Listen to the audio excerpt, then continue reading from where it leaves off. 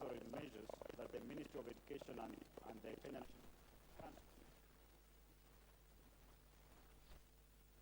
in the ongoing KCSE and the recorded cases of malpractice, if any. 4.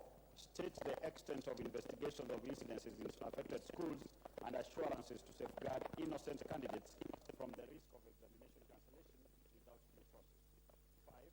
What is the role of officers from the National Police Service and the Directors of Criminal Investigation in examination centers and the extent to which they are allowed to enforce any measures against alleged examination malpractice to avoid harassment of candidates. Thank you, Honorable Speaker.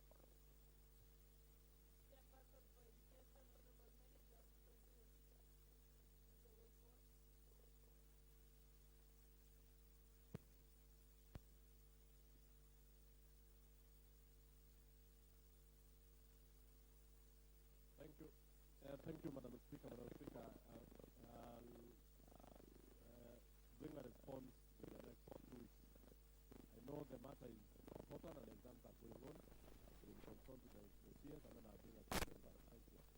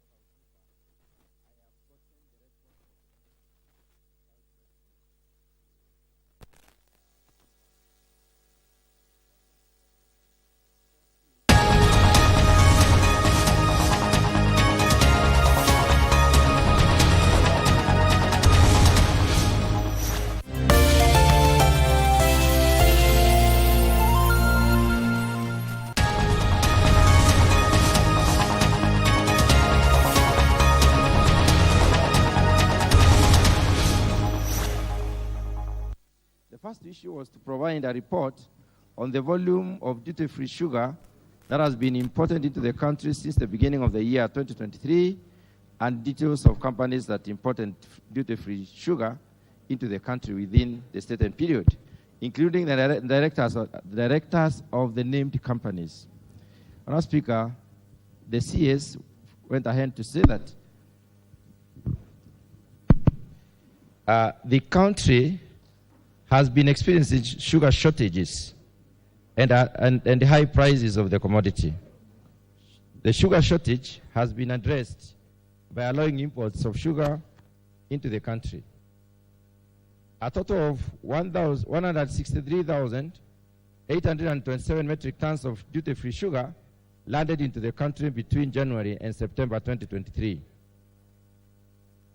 The second issue that the honourable member wanted responding to was to provide details of companies that have been authorized to import the newly gazetted 250,000 metric tons of duty-free sugar into the country, including the directors of these companies.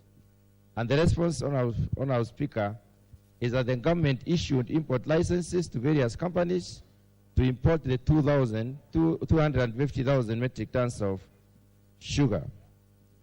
The third issue was to explain the measures that the relevant ministries have put in place to ensure that importation of duty-free sugar into the country does not slow down revival of the sugar industry, of the country's sugar industry.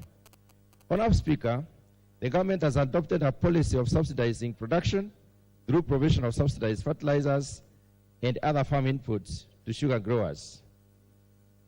Other programs initiated through the deliberate policy on promotion of local production include the following. Number one, availing good quality planting material through setting up nurseries which will provide planting materials for bulking.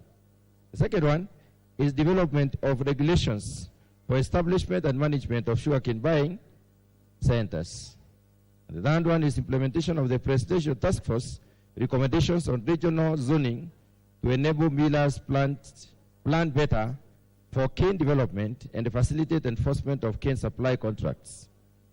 Number D, the Cabinet has approved the leasing of state-owned mills to private investors under management contracts.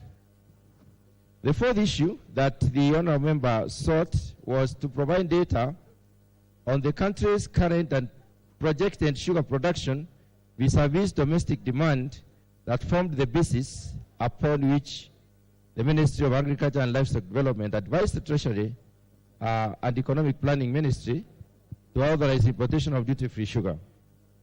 The response, Honourable Speaker, is that Kenya has been experiencing deficit in sugar production over the years.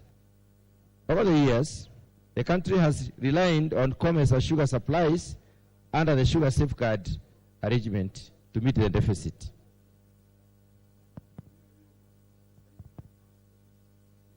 The annual national consumption of sugar is estimated at 1,140,000 metric tons.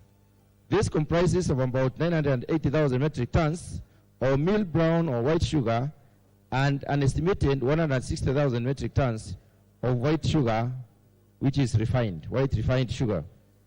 Currently, the sugar industry is facing an acute cane shortage across all zones, with the exception of the Transmara catchment area. Some factories have been milling immature cane with low percentage of cane of 8 compared to the industry standards of 13.5, as low as 8. For the period January to September 2023, the projected production was 450,000 metric tons. The actual amount of sugar produced during this period was actually 373,000 metric tons. Honourable Speaker, there are several observations that the ministry would like us to note. Number one, that local sugar production has drastically reduced, attributed to lack of adequate mature cane. Factories within the western and Nyando regions have closed down to allow sugarcane in the field to mature. The second notable issue, Honourable Speaker, is that sugar prices have risen to unprecedented levels. The prices are beyond the reach of ordinary citizens. Regionally, the prices have also gone up due to limited production and export by major producers. These factors have resulted in delay in the shipment of approved sugar imports. The third issue is that the depreciation of the Kenya shilling against the dollar and the introduction of an excise duty of 5 shillings per kilo on imported sugar have pushed up the prices of sugar, and these added costs are transferred to the consumer. And the final issue is that the sugar supplies from the COMESA and EAC regions are very low. Some COMESA countries have opted to supply sugar to premium European markets, which are also experiencing a supply crunch. In view of the foregoing, Honourable Speaker, and given the depressed supplies from the COMESA region and the prevailing sugar shortage in the country, the government decided to allow imports of brown table sugar from outside the COMESA region. The region, in order to make the commodity available to consumers at reasonable prices. The final issue that the honourable member wanted clarified is to explain the measures that the government has put in place to ensure that contraband and contaminated sugar does not infiltrate into the market during the period of importation of sugar. And the response is that, first of all, there is regulation of sugar importation. This is done by implementing the crops or sugar imports, exports and byproducts regulations 2020. All sugar imports are vetted, subjected through a pre-import evaluation procedure as detailed here below. The first thing is that the application for registration and issuance of import or export permits is received through the Agriculture and Food Authority and Integrated Management Information System, the system of that particular authority. The second issue is that evaluation of the application is undertaken and approved through the following stages: checking, verification, Sugar Directorate, licensing committee, and AFA registration and licensing committees. The evaluation is based on submission of the following requirements: the profile of the applicant company, certificate of incorporation or certificate of registration of the company, business permit, PIN certificate, CR12, latest audited accounts, identity cards or passports for company directors, tax compliance certificate, and director's certificate of good conduct. Honourable Speaker, the second issue is that pre-shipment approvals to comply with the following conditions: import the sugar within the stipulated days from the date of approval. The second issue is that the sugar imported must be fit for human consumption.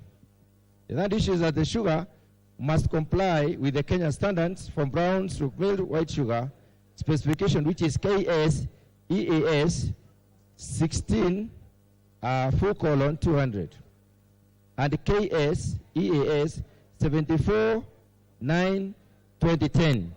And finally, seek release orders from the Sugar Directorate for each consignment at the port of entry during the clearance. The third issue is that in ensuring quality is that Kenyan Bureau of Standards tests and analyzes imported sugar into the country to ensure quality. And finally, inspectors and compliance certificates, compliance officers have been posted to all entry points to inspect and issue release orders for all sugar shipments. The inspectors work in collaboration with other government agencies and the National Police to prevent contaminated sugar from entering Kenya. Offenders are therefore prosecuted. I thank you, Honourable Speaker.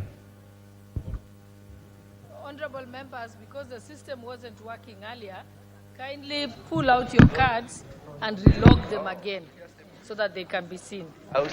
And honourable members, I seek your indulgence that we reorder the order paper and move to order number 12. So next order, order 12, read it.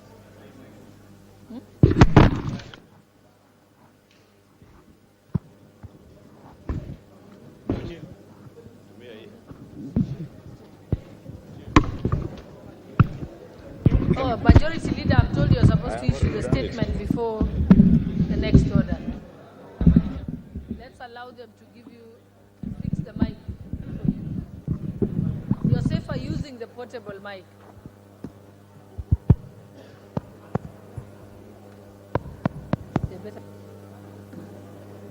Okay. Honorable Speaker,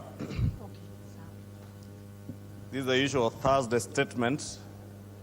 On behalf of the House Business Committee, Honorable Speaker, pursuant to Standing Order 44.2a, I want to give the following statement. One, Honorable Speaker, allow me to commend members and committees for the active participation which has seen the consideration and conclusion of a number of key items of business in the House, which the House Business Committee truly appreciates. As members will recall, yesterday the House adopted a motion resolving to hold morning sittings on the Thursdays of 16th, 23rd, and 30th of November 2023 for purposes of considering priority business ahead of the December recess. I therefore urge committees to expedite any pending business to enable its conclusion by the House within the sitting days remaining as we head closer to the recess period. Honorable Speaker, with regards to business scheduled for Tuesday next week, the House is expected to consider the following bills at various stages, some of which are listed in today's order paper. One, the first and second reading and Committee of the Whole House on the Supplementary Appropriations Bill 2023, and two, the second reading of the Conflict of Interest Bill 2023. Additionally, debate will also be undertaken on the following motions, some of which are listed in the order paper today, should they not be concluded in the course of this sitting. One, report of the 1970 UNESCO Convention on the means of prohibiting and preventing the illicit import, export, and transfer of ownership of cultural property. Two, report on the loans contracted by the national government between May 2022 and April 2023. Three, report of the Kenya delegation to the 4th General Assembly of the Eastern Africa Parliamentary Alliance on Food Security and Nutrition, EAPA-FSN, held in Kigali, Rwanda.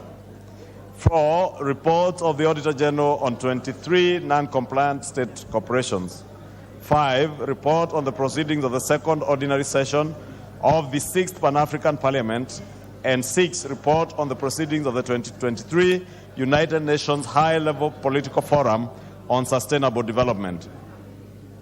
Honorable Speaker, with regards to the attendance of Cabinet Secretaries to answer questions from members, I wish to inform the House that due to priority business scheduled for next week, the Cabinet Secretaries who are scheduled to appear on Wednesday, 22nd November 2023, have been rescheduled to a later date.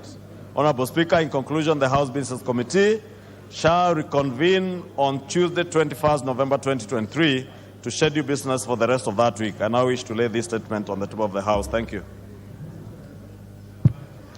Thank you, Majority Leader. Honorable members, before we go to order number 10, we'll reorganize the order paper and we'll start with order number 12 for the convenience of the House. So next one. Order number 12, the Conflict of Interest Bill, National Assembly Bill number 12 of 2023, second reading. Majority Leader. Thank you, Honorable Speaker. Honorable Speaker, I beg to move that the Conflict of Interest Bill, National Assembly Bill number 12 of 2023, be now read a second time. Honorable Speaker, allow me first to begin by thanking the Chair of the Jaila Committee, the Honorable Murugara, and all the other 14 members of this committee who took a lot of their time, including during the time of the short recess. And I want to believe even at the time when we had the long recess, they had work ongoing, especially on public participation, in considering this bill and for the report they tabled before the House, Honorable Speaker. Honorable Speaker, as I thank the committee, Honorable Speaker, it's good to note that Article 73(2)(c) of our Constitution of 2010 provides that the guiding principles of leadership and integrity, one of the guiding principles, as stipulated in that article, is the declaration of personal interest that may conflict with public duties. Further, Honorable Speaker, Article 75(1)(a) and (b) of the Constitution requires a state officer to behave, whether in public and in his official or her official capacity, in private life or in association with other persons, in a manner that avoids any conflict of interest between personal interests or between a public officer's personal interests and their official duties, or in any way compromising any public or official interest in favor of a personal interest. Honorable Speaker, conflict of interest indeed has been identified as one of the primary and key drivers of corruption in our country and the world over. And that is why, Honorable Speaker, this bill comes in at a critical time when we are discussing the Mambo ni Matatu phenomenon, as announced by President William Ruto, on what he has described as wakora, wafisadi, that is crooks, and the corrupt. Honorable Speaker, in dealing with the corrupt, whether you want to deal with them using the Mambo ni Matatu, or whether you want to deal with them in terms of engaging in public discourse on how we wage the fight against corruption, we cannot do so without the requisite legal framework that enables us, even ourselves as public officers, not to have any conflict of interest as we carry out our mandate. Honorable Speaker, an analysis of all the existing policy, legal, institutional, and legal framework indicates that various statutes and policy documents containing provisions of the management of conflict of interest that exist in our laws and various policies are in a way conflicting, and a proper framework does not exist. Similarly, Honorable Speaker, the administration of conflict of interest is anchored in a multiplicity of institutions, be it the Ethics and Anti-Corruption Commission, be it the NCIC and other constitutional commissions, or investigative agencies that deal with matters that touch on conflicts of interest. And therefore, this multiplicity is one of institutions that are dealing with matters, conflict of interest, is a matter that we also need to address. And that is part of the issues that this bill seeks to address, Honorable Speaker. Honorable Speaker, as I mentioned, these provisions, however, are implemented independently, leading to weak and very uncoordinated application. And you find, Honorable Speaker, that the multiplicity of the provisions that exist, the fact that they are harbored or carried out by various agencies, they do so independently. EACC will do their work independently, DCI will do their work independently, so will the work of the DPP or other agencies, Honorable Speaker, including our constitutional commissions. And therefore, this has led into a system where everybody is doing things independently, and therefore we end up with a very weak and uncoordinated application of whatever policies or laws that we want to implement. This bill, Honorable Speaker, seeks to cure that and proposes to have a harmonized and coordinated legal and institutional framework for management of conflict of interest in Kenya, Honorable Speaker. Honorable Speaker, members, if members look at the objects of the bill, right at the back of the bill, you will see part of what the objective of this proposed legislation seeks to do is to promote objectivity and impartiality in official decision making, ensuring that the integrity of decision makers is not compromised by private interests, enhancing public confidence in the delivery of public services, providing a framework for the regulation and management of real, apparent, or perceived, or even potential conflict of interest between public interest and private interest, and finally, to provide an institutional framework, as I mentioned, for the management of conflict of interest. Honorable Speaker, as I've mentioned, there is need to provide an institutional framework on how we manage conflict of interest, Honorable Speaker. As I said, conflict of interest is one of the key drivers of corruption and abuse of office, one of also the key drivers when it comes to matters touching on state capture, Honorable Speaker, that we know has driven corruption in this country and even in the other countries around the world, Honorable Speaker.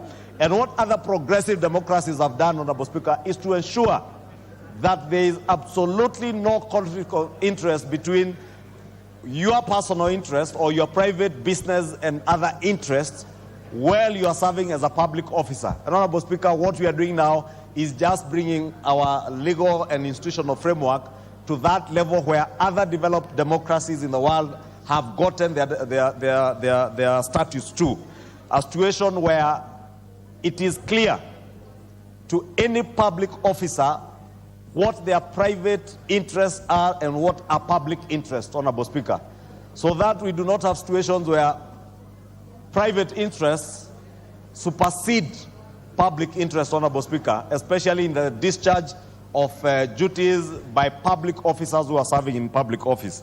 And Honorable Speaker, you know, in this country, we have spoken, I think, since we attained our independence close to 60 years ago. Actually, 60 years ago this year. We shall be celebrating our 60 years as a republic in another 2 or 3 weeks on December 12th. But since the establishment of the first government under Prime Minister Jomo Kenyatta, and even before that under the colonial governor, Honorable Speaker, the talk about corruption is something that has pervaded our public discourse. But unfortunately, it has ended up just being that. Simply talk.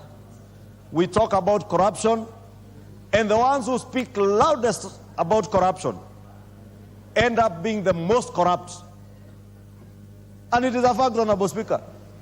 Look at successive governments from the Kenyatta regime to the Moi regime, even beyond the Moi regime after 24 years, Honorable Speaker. Many people, those who led in the second liberation, accused the Nyayo regime of being the most corrupt regimes in Africa. But what did they do when they attained instruments of power? And you remember, Honorable Speaker, those who are said, they are now saying it is our time to eat. The same people who are telling others who are eating are now saying it was their time to eat. But the question that pervades, Honorable Speaker, what are you eating and whose are you eating? When you are charged with the responsibility of being a public officer, you eat what is given to you as your salary, not using your public office to advance selfish, personal business interests. Look at the structure of our economy today, Honorable Speaker. Anybody who is worth being called anybody in the business world today, less than 2% of our business community in this country today can stand up and we say they're inventors of this or that product or run this or that industry, and that is why they are prominent and successful business people. Success in business in this country has been equated to access to power. Those who have access to political power are also coincidentally the most successful in business. And it is no coincidence, Honorable Speaker. And if we need and if we mean business in the fight against corruption, if we do not have a proper institutional and legal framework to deal with issues, to deal with conflict of interest, the situation as it were during the colonial government, the Kenyatta government, the Moi government, and all successive governments will continue to be. And I say this, Honorable Speaker, knowing we have a new administration. But we are fortunate, Honorable Speaker, we have an administration where the president is leading from the front, not in talking like others have done before him, but in acting and ensuring that we have proper legislation, proper legal, institutional frameworks to deal with matters to do with the fight against corruption. Honorable Speaker, in fact, 3 weeks ago, or about a month ago, when this bill was before the committee, I had one of the rare privileges to receive a call from the president, and he asked me, Leader, I know many of you may be conflicted, but this conflict of interest bill is for the greater interest of the public and of our republic and our country. And he told me, please ask the committee to expedite so that Parliament may have the opportunity to debate issues that I hear parliamentarians all over the country speaking about state capture. And you know, Honorable Speaker, I have been guilty of always speaking about state capture. I hear parliamentarians speak about the fight against corruption and how they are intent on supporting government in the fight against corruption. The tool for parliamentarians to show their willingness, their determination in supporting the fight against graft in this country is in your support of this bill. Honorable Speaker, I know there are certain small issues that we may discuss and members may want to amend. And it is okay to support this bill with amendments, Honorable Speaker, just like we do in legislation making in all other bills. Because we will debate in the second reading, but the actual legislation is done in the committee of the whole. And I will invite members to be available even in the committee of the whole. Last week, Honorable Speaker, the Honorable Chepkonga moved an amendment on the NGCDF amendment bill.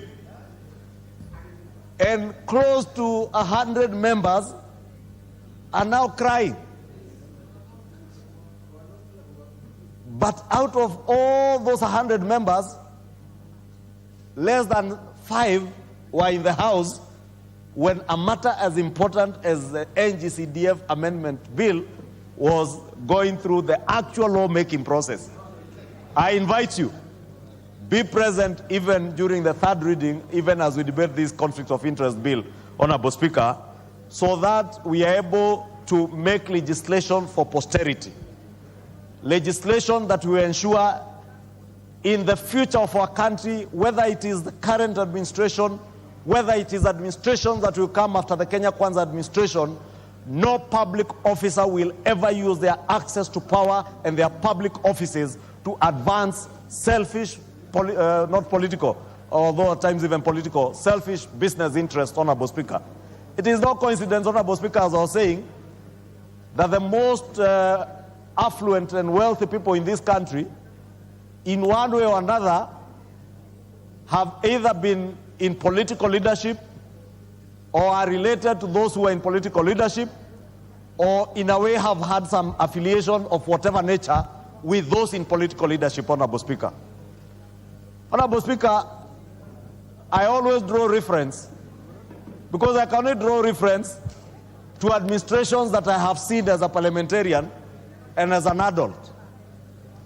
I was a child during the Moi regime, the Nyayo regime. I was a young child, together with Honorable Junet. But we were grown-ups. During the Kibaki regime, we saw what President Mwai Kibaki was able to do with our economy. We were parliamentarians during the Jubilee regime under President Kenyatta. We saw what state capture can do to damage a country for good. Today, we are paying the price of state capture under the Jubilee and the Kenyatta regime. And you know, Honorable Speaker, because this afternoon I have seen, or this morning I have seen a very eloquent presentation by some of our political leaders on what they call dossiers. But when I listen to the dossier, Honorable Speaker, all I could hear is protection of state capture of yesteryears. All I could hear, Honorable Speaker, is a lot of hot air and political propaganda designed and cleverly designed to protect state capture of the last regime. Honorable Speaker, today the most prevalent discussion you'll find anywhere, in any restaurant you walk to, in any shopping center you find people gathered, is the cost of fuel, or how terrible the economy is, Honorable Speaker.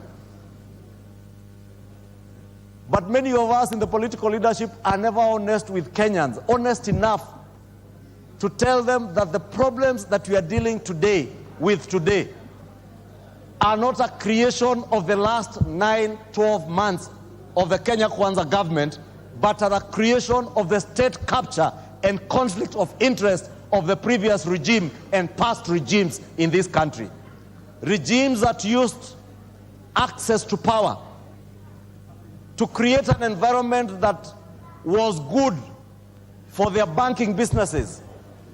Regimes that used consumer subsidies in the pretext of safeguarding consumers, but at the expense, great expense of our economy, and in advancing the private interests of those who are oil marketers and in the oil marketing business, Honorable Speaker. And they are known in this country. Honorable Speaker, the way to deal with these issues is not to shout about corruption, is not to shout about state capture. Honorable Speaker, I will sit throughout this debate to see how many of us here today will rise to advance state capture, will rise to support conflict of interest of public officers in public offices. Honorable Speaker, I say this with due respect to all of us because we are also state officers. And it's good many of us, Honorable Speaker, are very diligent. Even those who who joined Parliament at the time when members of Parliament were state officers who are patrons of their NGCDF. There are many members of Parliament who ensure there is proper oversight of NGCDF even when they sat in those committees.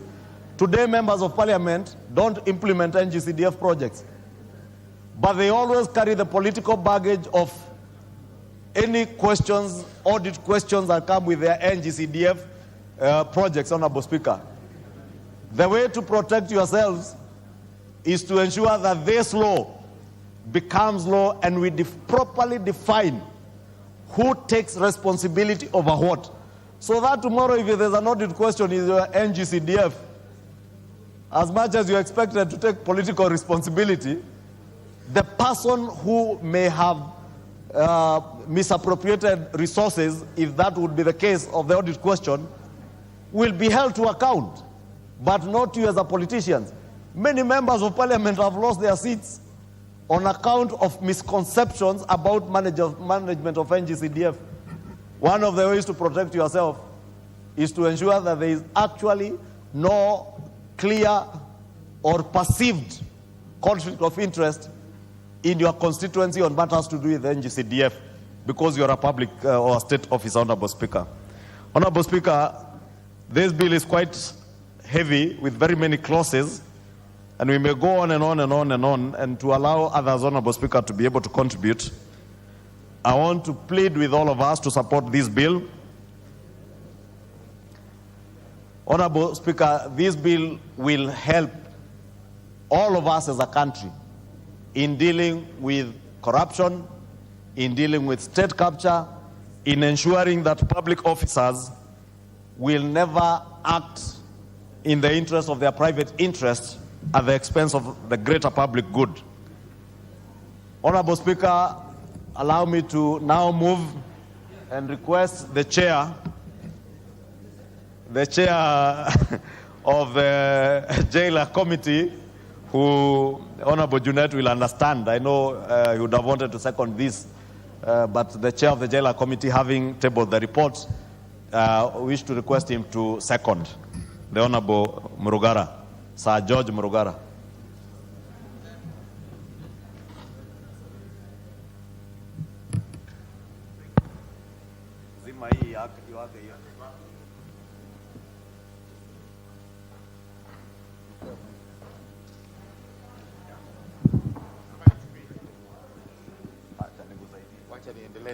Thank you.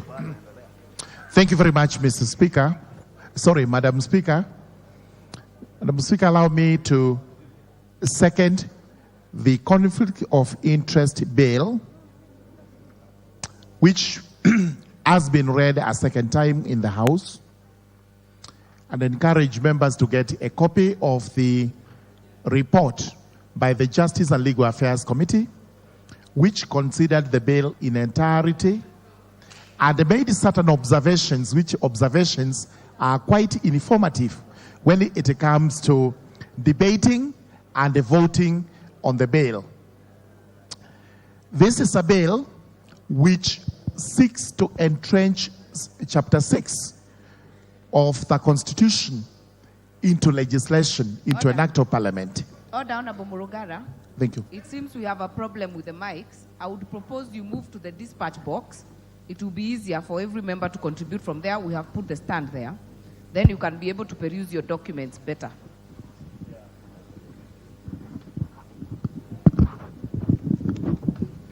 Thank you very much. Thank you very much. This is not loud enough. Madam Speaker, I hope I can be heard because now it has...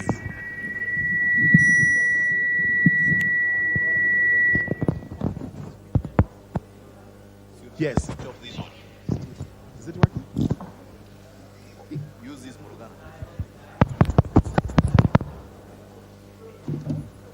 Sorry about these technical issues. I think something has gone awfully wrong.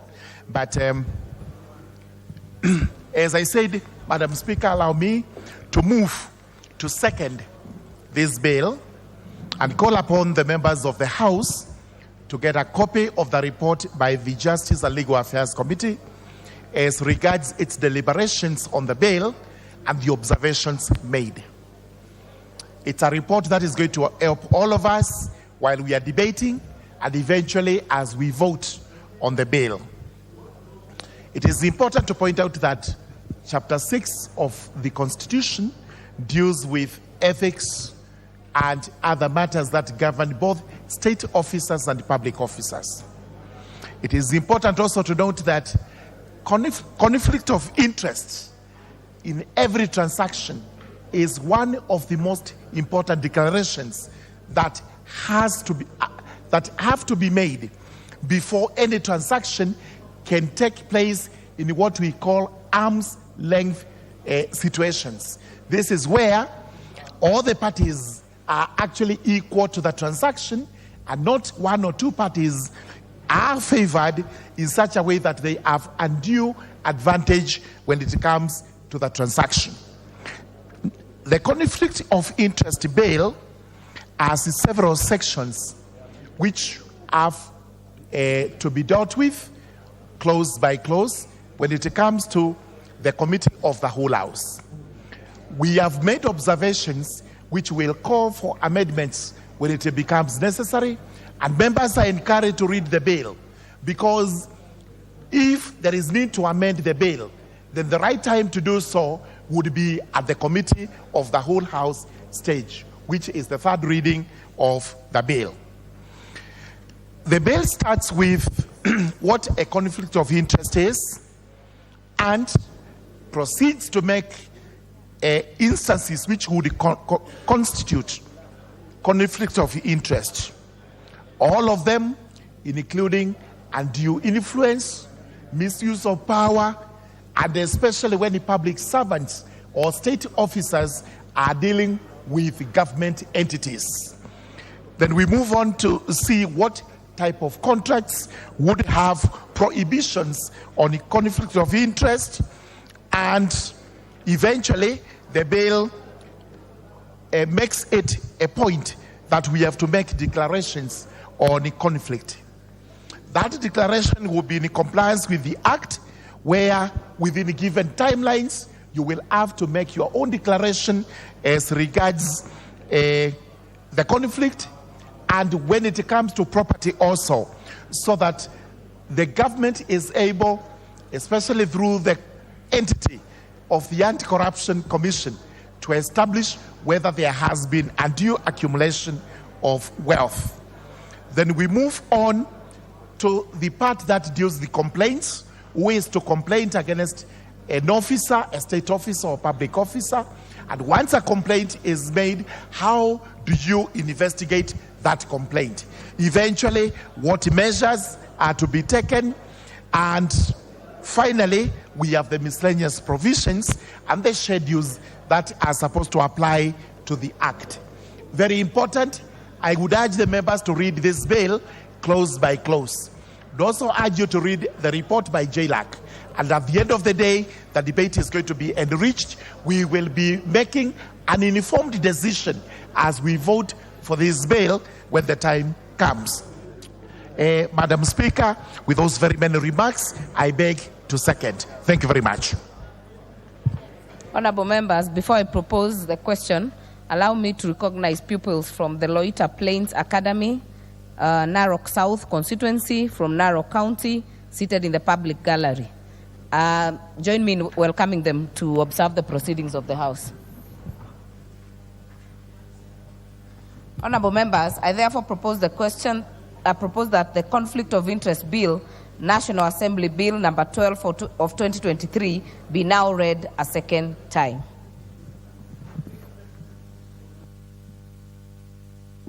Honorable Junet.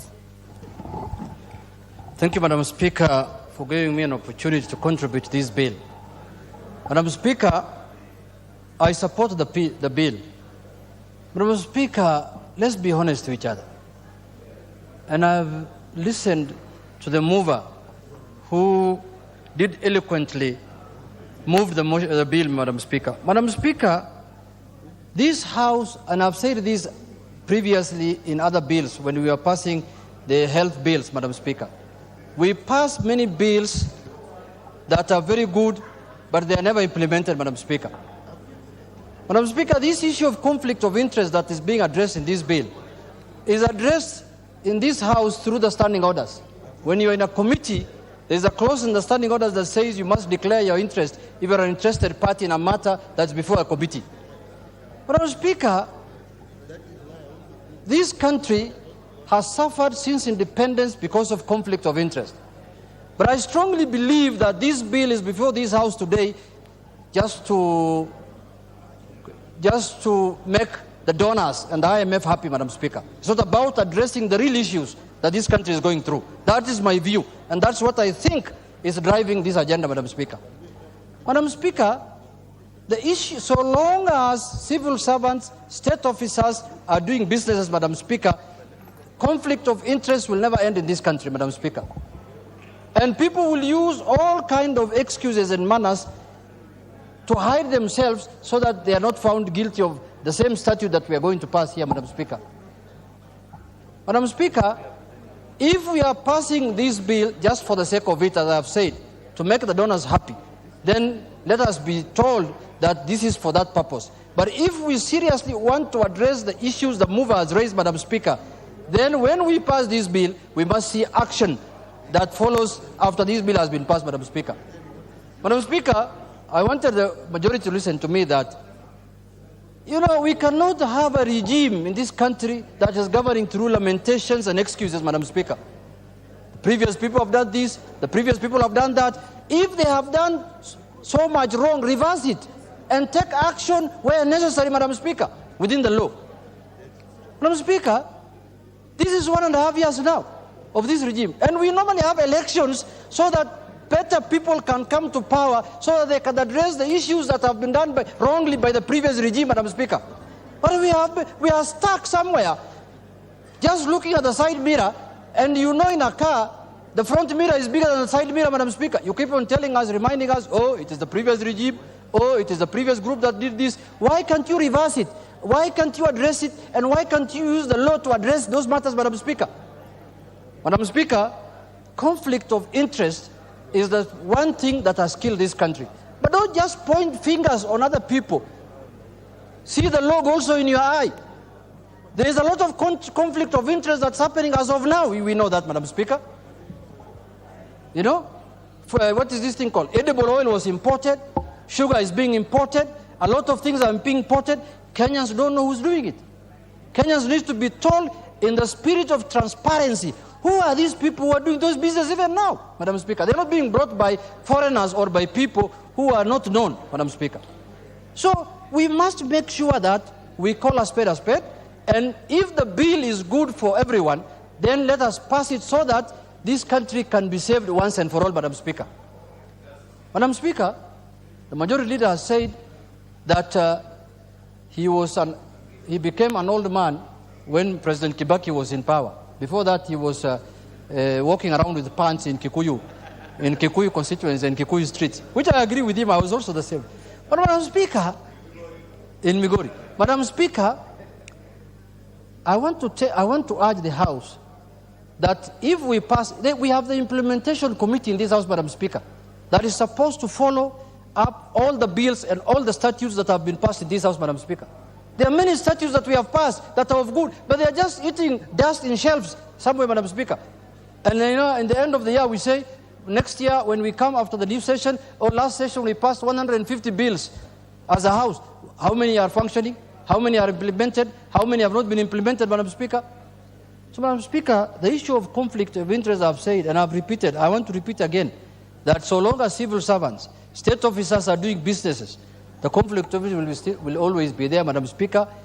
But if we want to address that thing genuinely, when issues of butchery and meat is being discussed, the majority leader must declare his interest and say, I'm a butcher man, I run butcheries in Kikuyu, and this matter I cannot involve myself. We know he's running butcheries. So that is the way it is. He cannot supply meat to Parliament, Madam Speaker, for example. He cannot supply meat to Parliament, for example, the majority leader, because we know he's running butcheries, Madam Speaker. So that is the right way to do it, Madam Speaker. And I'm using him as an example.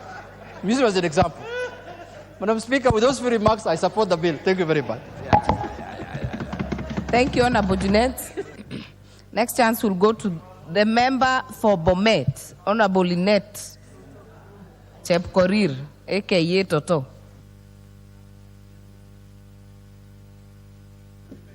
Okay, not on this. The next chance will go to the member for Tinderet, Honorable Julius Meli.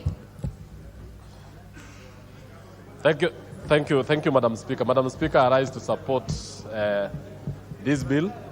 And I want to say that the JLI committee, led by Honorable Murungara, has done a good job. Conflict of interest bill, Madam Speaker, is actually trying to address the issue of government officers using their positions, Madam Speaker, to their advantage. Noting that a lot of problems that this country has faced arises out of when officials within government have a lot of interest, especially in provision of services, in provision of supplies, and also in ensuring that the concerned state departments and the concerned state officials who have particular interest in that particular organization are not allowed to participate. Madam Speaker, there has been an issue, especially on the issue of milk in this country, where certain laws were brought to this House in 2021 and 2020, that the laws were tailored, and even the regulations are tailored to benefit certain sectors of the economy where the influencers of those particular productions have a lot of majority and have a lot of interest. I also want to say this, Madam Speaker, when you look at, even in the sugar industry, Madam Speaker, you'll realize that regulations in the sugar industry and even in the coffee industry at times are normally tailored to benefit certain benefactors who have a lot. They play a lot, especially in the export. They also play a lot in the manufacture of the sugar.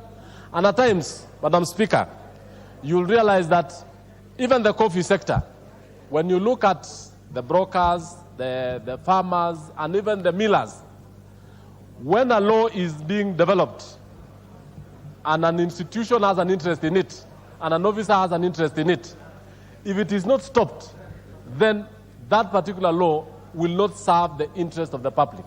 It will not serve the interest of the general public. That's why what JLAC has done is actually to ensure that any public officer, any person who has interest in any facility is actually not allowed to participate in that particular business. I thank you and I support, Madam Speaker. Thank you. Member for Kinangop.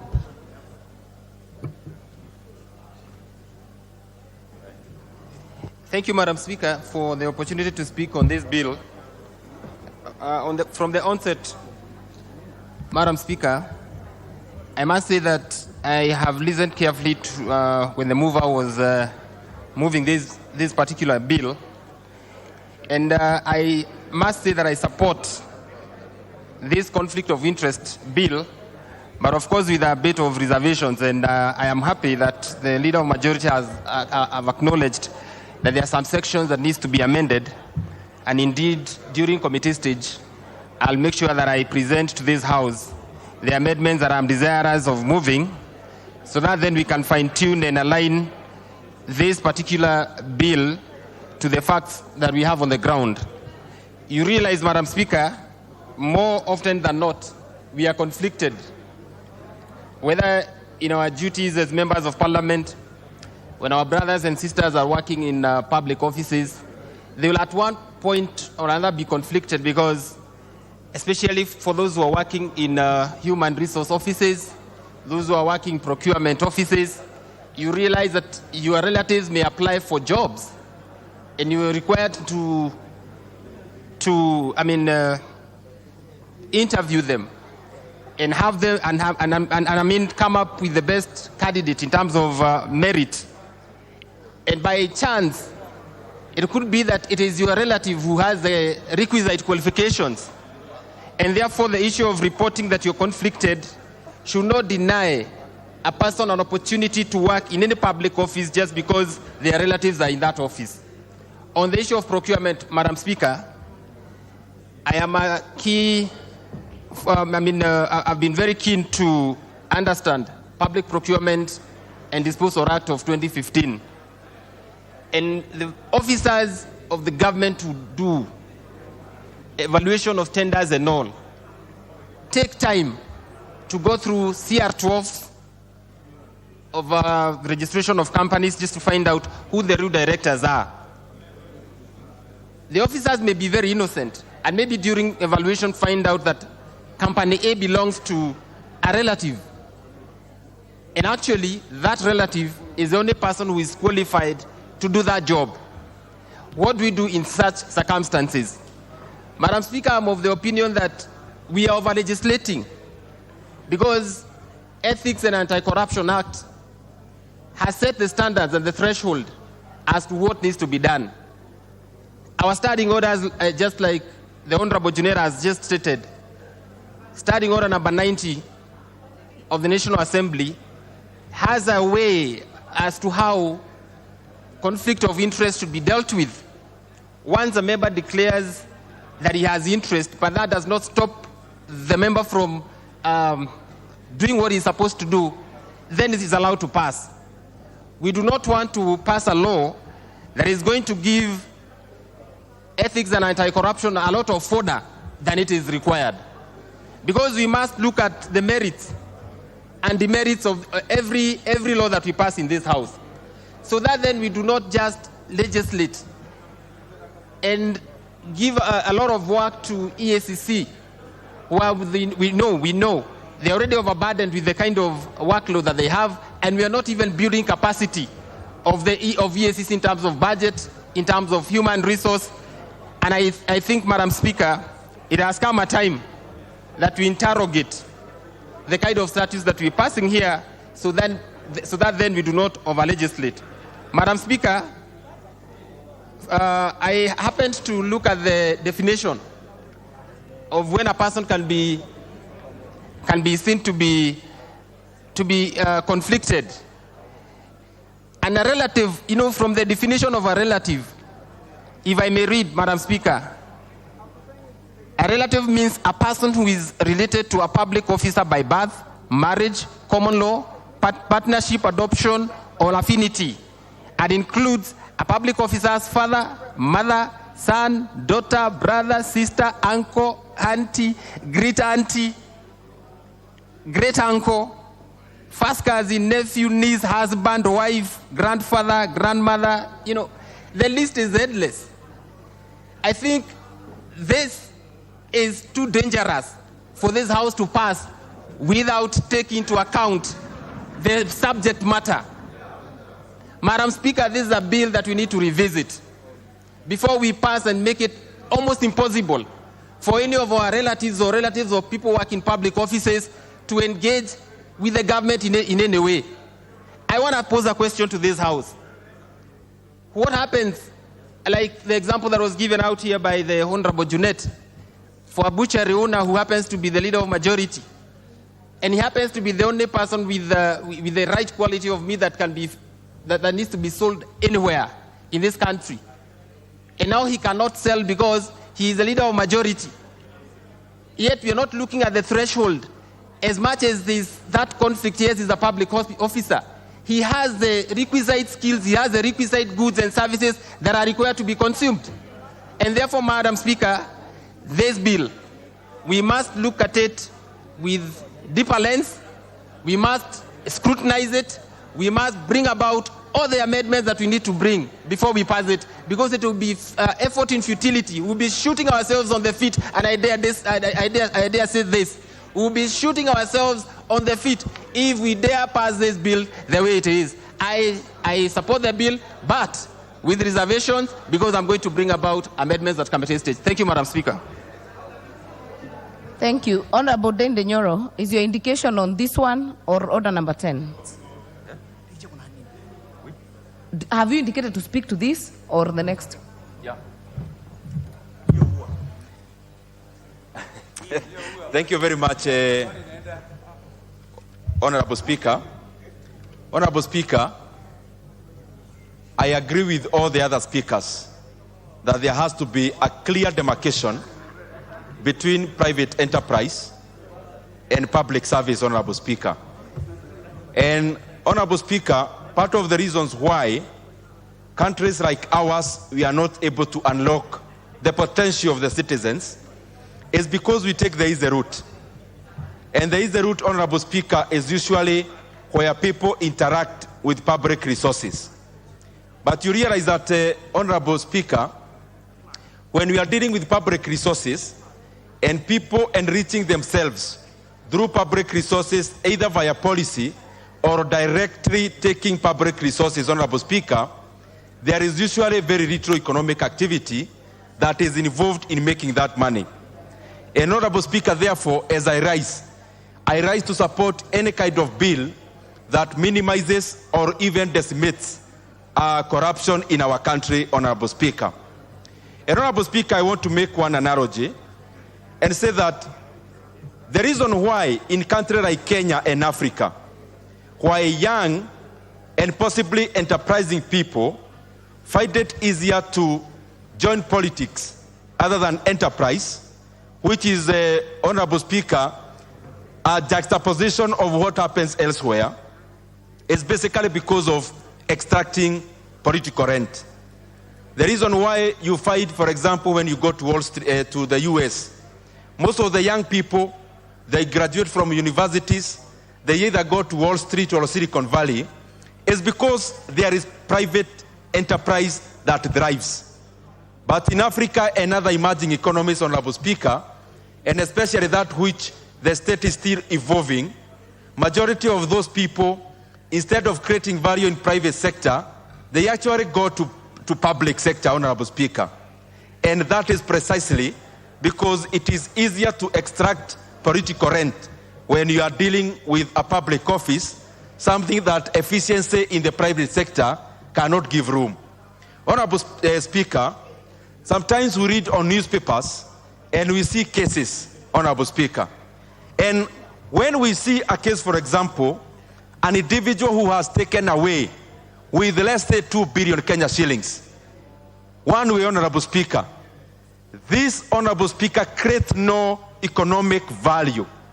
Because if you compare the same, an individual taking away with 2 billion Kenya shillings, and you compare the same with a private company making 2 billion Kenya shillings in net profit, Honorable Speaker, even to cite some of the listed companies, you find that a company that makes a net profit of 2 billion has got a lot of multiplier effect in the economy and involves many other people in terms of employment and, of course, other value in terms of backward and forward integration. And therefore, Honorable Speaker, we must make laws that make it impossible or minimizes conflict of interest, Honorable Speaker, when it comes to public service, so that we demarcate clearly and have people who have the interest of serving in public sector And those who are interested in making money, which is not a bad thing, actually making money where money should be found. And therefore, Honorable Speaker, it is important that we continue strengthening our laws to make sure that we zero in on the demarcation of what I have talked about. But Honorable Speaker, I may have a slight problem on the definition of the conflict of interest, and especially on who the relative is. Because, Honorable Speaker, you know, even in companies, there is limited liability. And limited liability, Honorable Speaker, should also be in a person as a person. For example, citing my brother here, Honorable Moreu. He's a lawyer, but he could be having a brother who is a business person, Honorable Speaker. And you could find that Honorable Moreu is actually closer to a friend who they are not related to in terms of kin selection than a brother who they are related in terms of kin selection.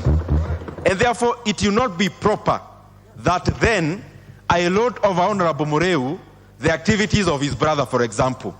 And then even going further, that even on Honorable Moreu's wife, and I'm using Honorable Moreu as an example, that is a relation.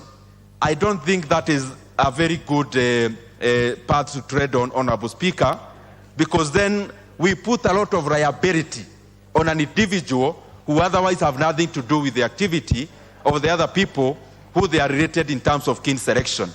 But I also have to say, Honorable Speaker, even as we talk about that, because conflict of interest is not just about making money, it is also about employment. Honorable Speaker, this happens as states evolve. Because when we look at nascent states, the only sociability that happens around a nascent state is that of kin selection.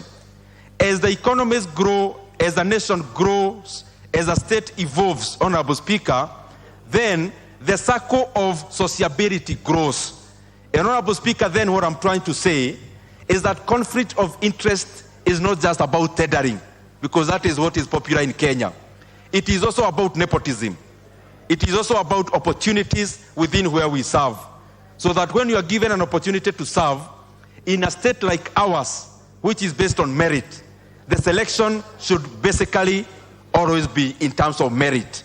And not just selection in terms of who to employ, but also who to do business with.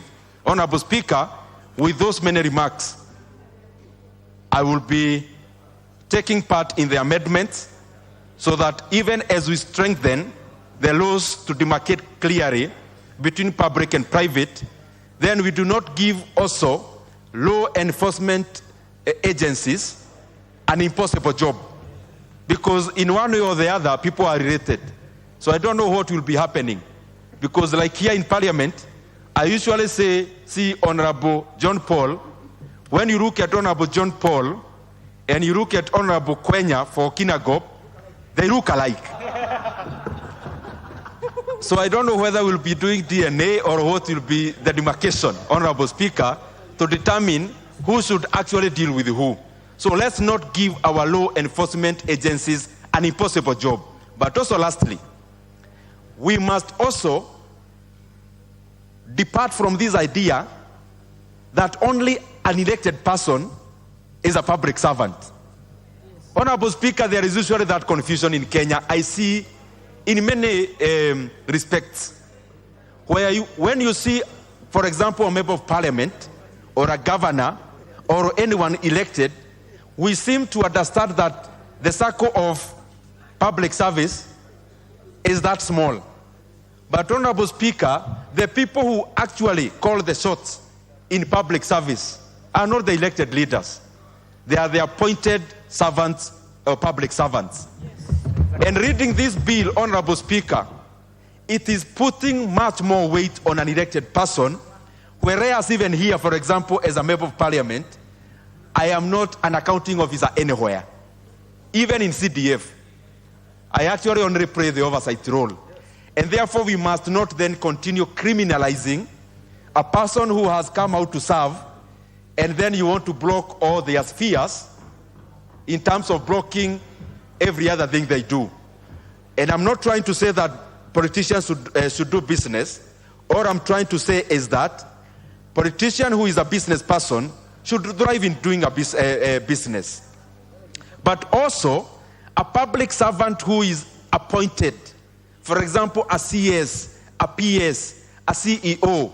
These people, Honorable Speaker, they are actually the ones who call the shots. Even these MPs go to queue in their offices, either especially looking for opportunities to serve in terms of projects, in terms of the people that we serve. And therefore, we should take the law where the rubber meets the road, and especially in accounting officers, Honorable Speaker. Thank you very much. Thank you. Before the next speaker, honorable members, I know I'm getting a lot of questions on whether the item appearing on in order number 10 is still on today. That is the Committee of Supply. And maybe just to clarify that it's, yes, still on the order paper. And as we said, we reorganized and we'll be going back to it when it is ready. The next chance will go to the member for Ugenya, Honorable David Ocheng. Oh, thank you so much, Madam Speaker. Madam Speaker, this bill, Madam Speaker, is so timely. Because, Madam Speaker, whether this country will survive in the next 5-10 years as a going concern or not depends on how public servants behave. Madam Speaker, conflict of interest, Madam Speaker, has been a big issue, continues to be a big issue that I believe must be addressed. And Madam Speaker, I wanted to read the definition of public officer, Madam Speaker. And a public officer is defined as any person who renders government services, whether appointed or elected, full-time or part-time, permanent or temporary, and includes state officer and a member employee, blah, blah, blah. And these are people employed in any state organ, national government, county government. It includes everybody in government service, Madam Speaker.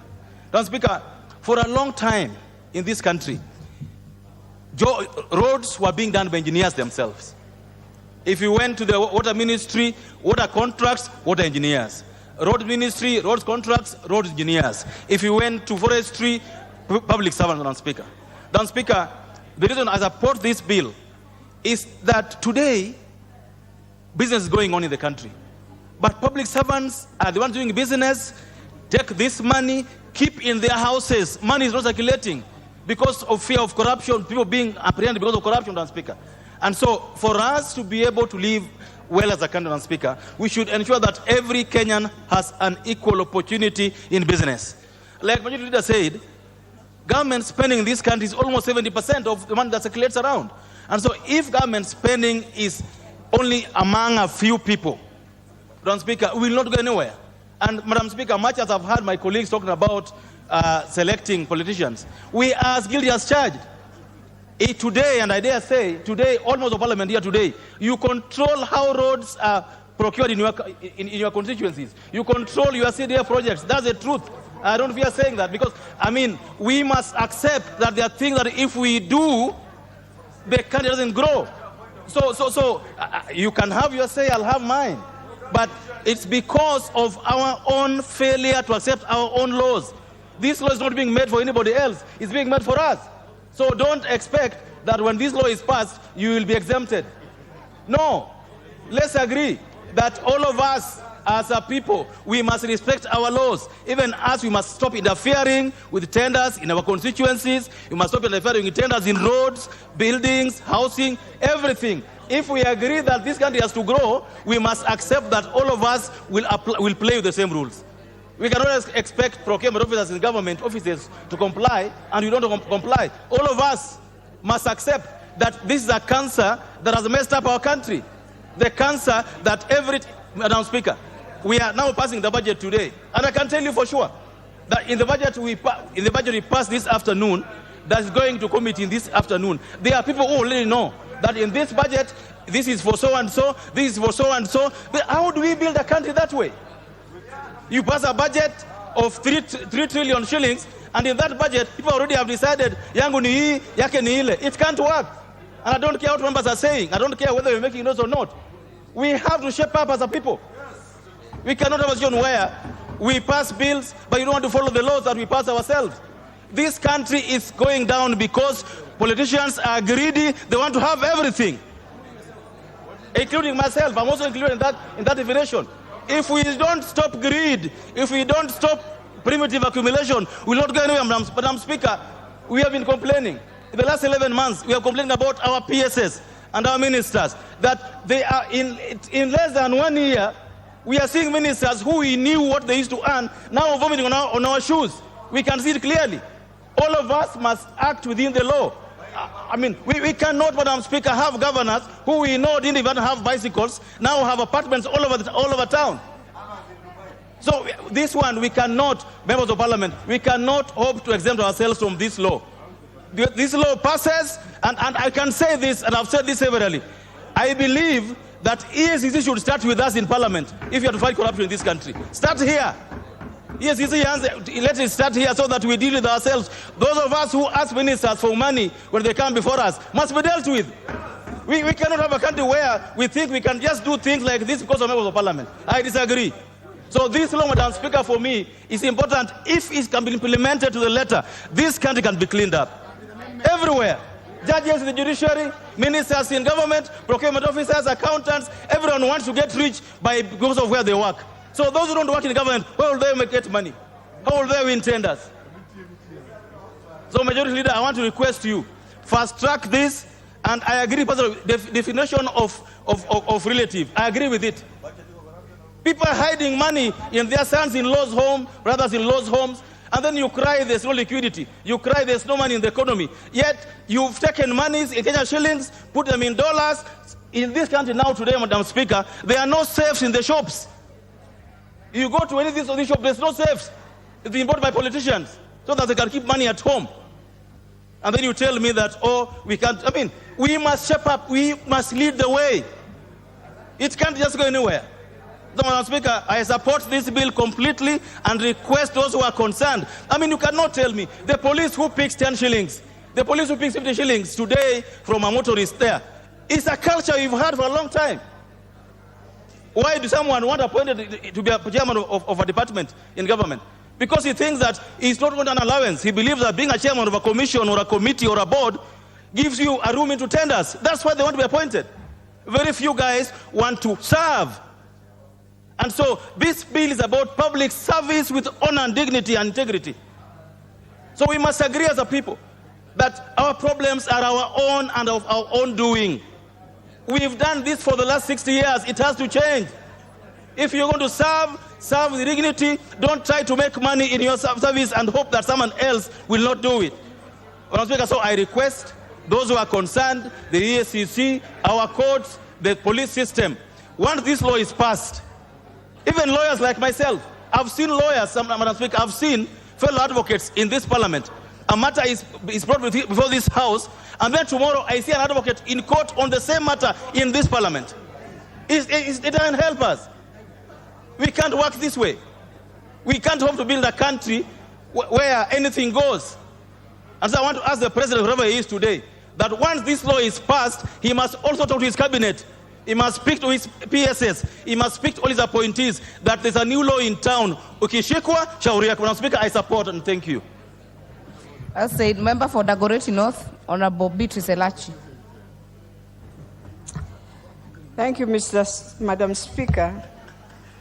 Madam Speaker, I rise to support, but I know we shall have to really look at so many of the clauses and try and just clean it up so that it is a bill that all of us will appreciate. It will change how we think, how we look at things, how we appreciate our country, Madam Speaker.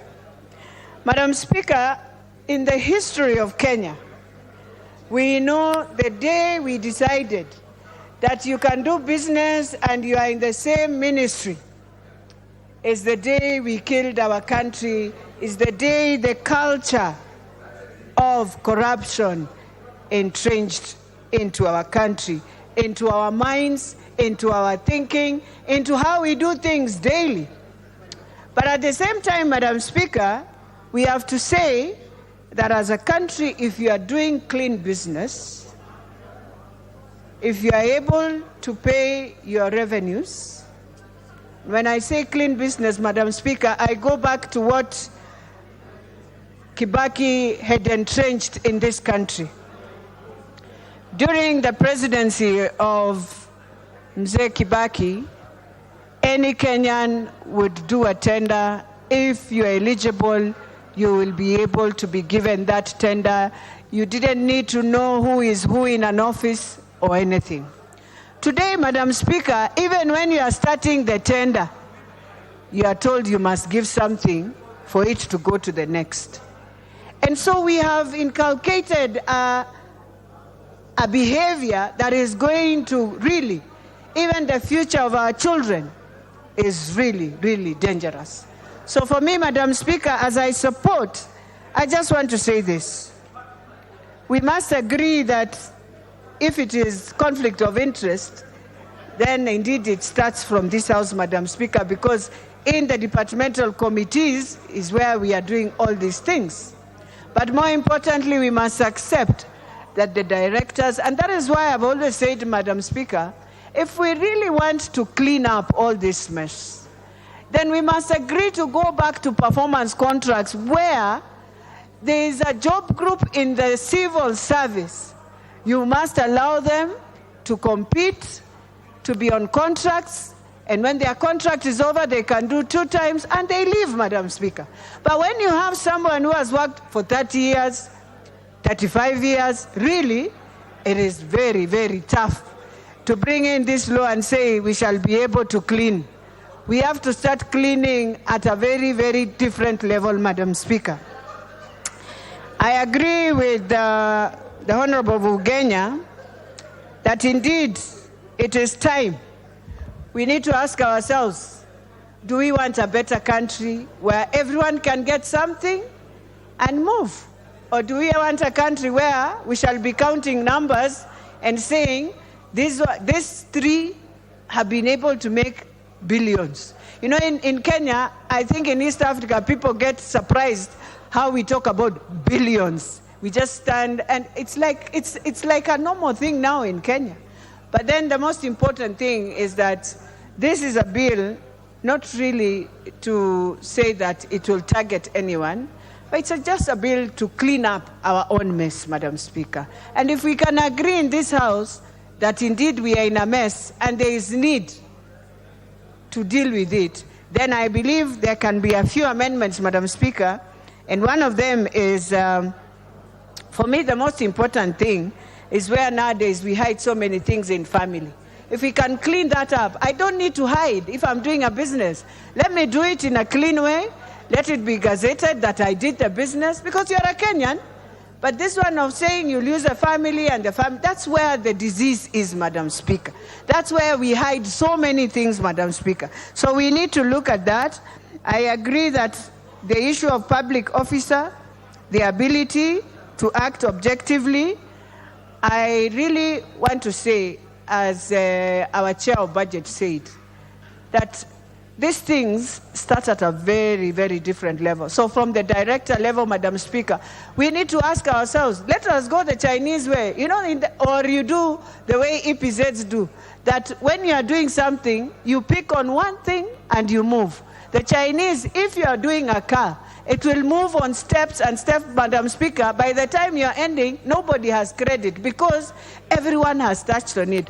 But with this one, even preparing the whole document, you find a few people are the ones who have prepared the document. And so they know where the nitty-gritty is. They know what you need. They know the specs that you need. They will even send you to China earlier with the specs, even before the tender comes into the papers. So even by the time it is coming, the tender is known is for so and so. So that pre is where the problem is, Madam Speaker. So, and also, can we do it the Safaricom way then? Put online, when I'm doing a tender, I don't need to know who is there. All I need to do, my first document goes through. If that is correct, it goes. It gives me the second stage. I put my documents, the third stage, until the last stage of my tender. I won't know. I won't do anything. It depends on how I have put my documents. And so that is where our problem is. And you realize, Madam Speaker, one of the things all sectors of government have made sure, even when this House said we will go digital, we do things digital, we are still, there is always a part of manual, Madam Speaker, where then physically you'd have to meet. So I want to say, as members of parliament, it does not mean you have to deny yourself to do business, but you need to do it correctly. You need to be free to do it correctly and let people know you're doing business, because you're a Kenyan like any other Kenyan, Madam Speaker. So for me, we are not denying anyone. We are just saying, I am saying, my opinion, that it is important for us to let it open just the way it was done during Kibaki's time, and many people, many, Madam Speaker, were able to do businesses. We have the AGPO, we have young people. You realize, Madam Speaker, how many people decided to go into that AGPO and use young people, but you find the person who is still getting the money is a person who has been doing businesses for 50 years. You find someone in Ministry of Health, has done business since the time of memorial, is still doing that business. One thing we should be saying in this bill, Madam Speaker, is that if you have worked in a ministry, or you are one director or one company that has been there for 20 years, you must leave. That is now the real conflict of interest. What are you doing in this ministry? And it has to happen in all ministries across, that give young people also an opportunity to do these businesses. But if one person is the one doing business, year 1, year 2, 10, 20, Madam Speaker, honestly, it is not also fair. So those are things we need to be saying, even as we talk of conflict of interest. The most important thing we should be saying, and it's not just about EACC. Madam Speaker, even if you call EACC, and I decide also to give EACC the way I saw when I was in the county, you just call officers of EACC, you give them what you are giving, they move on. Some will even be used by others. So all of us as a country, Kenya, we must change the culture in our mind of setting up others, just the way we've set up Anne Njeri. Right now we are telling her she didn't have this document, but nobody is saying, where is the fuel of this businesswoman? That is another conflict of interest. We've decided just to rob this woman her billion. And you can ask me, as a woman, where did you get the billions? How dare you do that to a woman?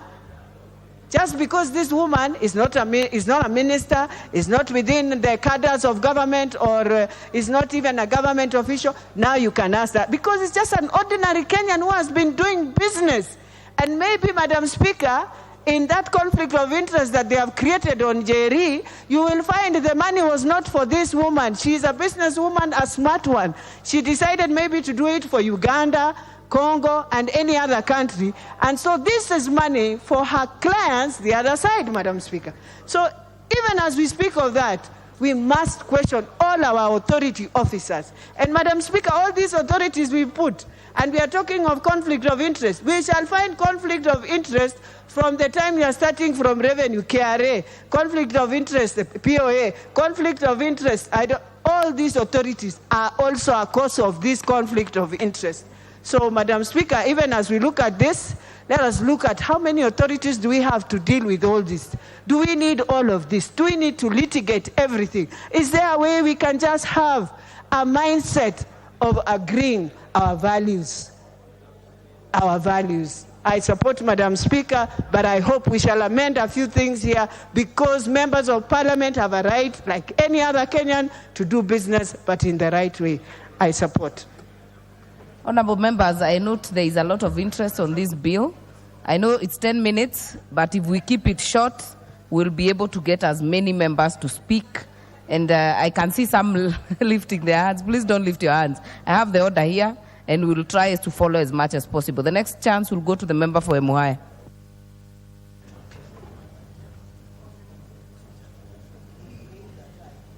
Thank you, Honorable Speaker, for this chance. This bill that deals with conflict of interest, I've had a perusal on it, and it actually tries to take us to level 0, which is good, because I was talking to a young man who had just left college, and I told him to try out some business, and he told me no, there was no need of doing business. Even when he had a big home, and had already acquired his master's and doctorate.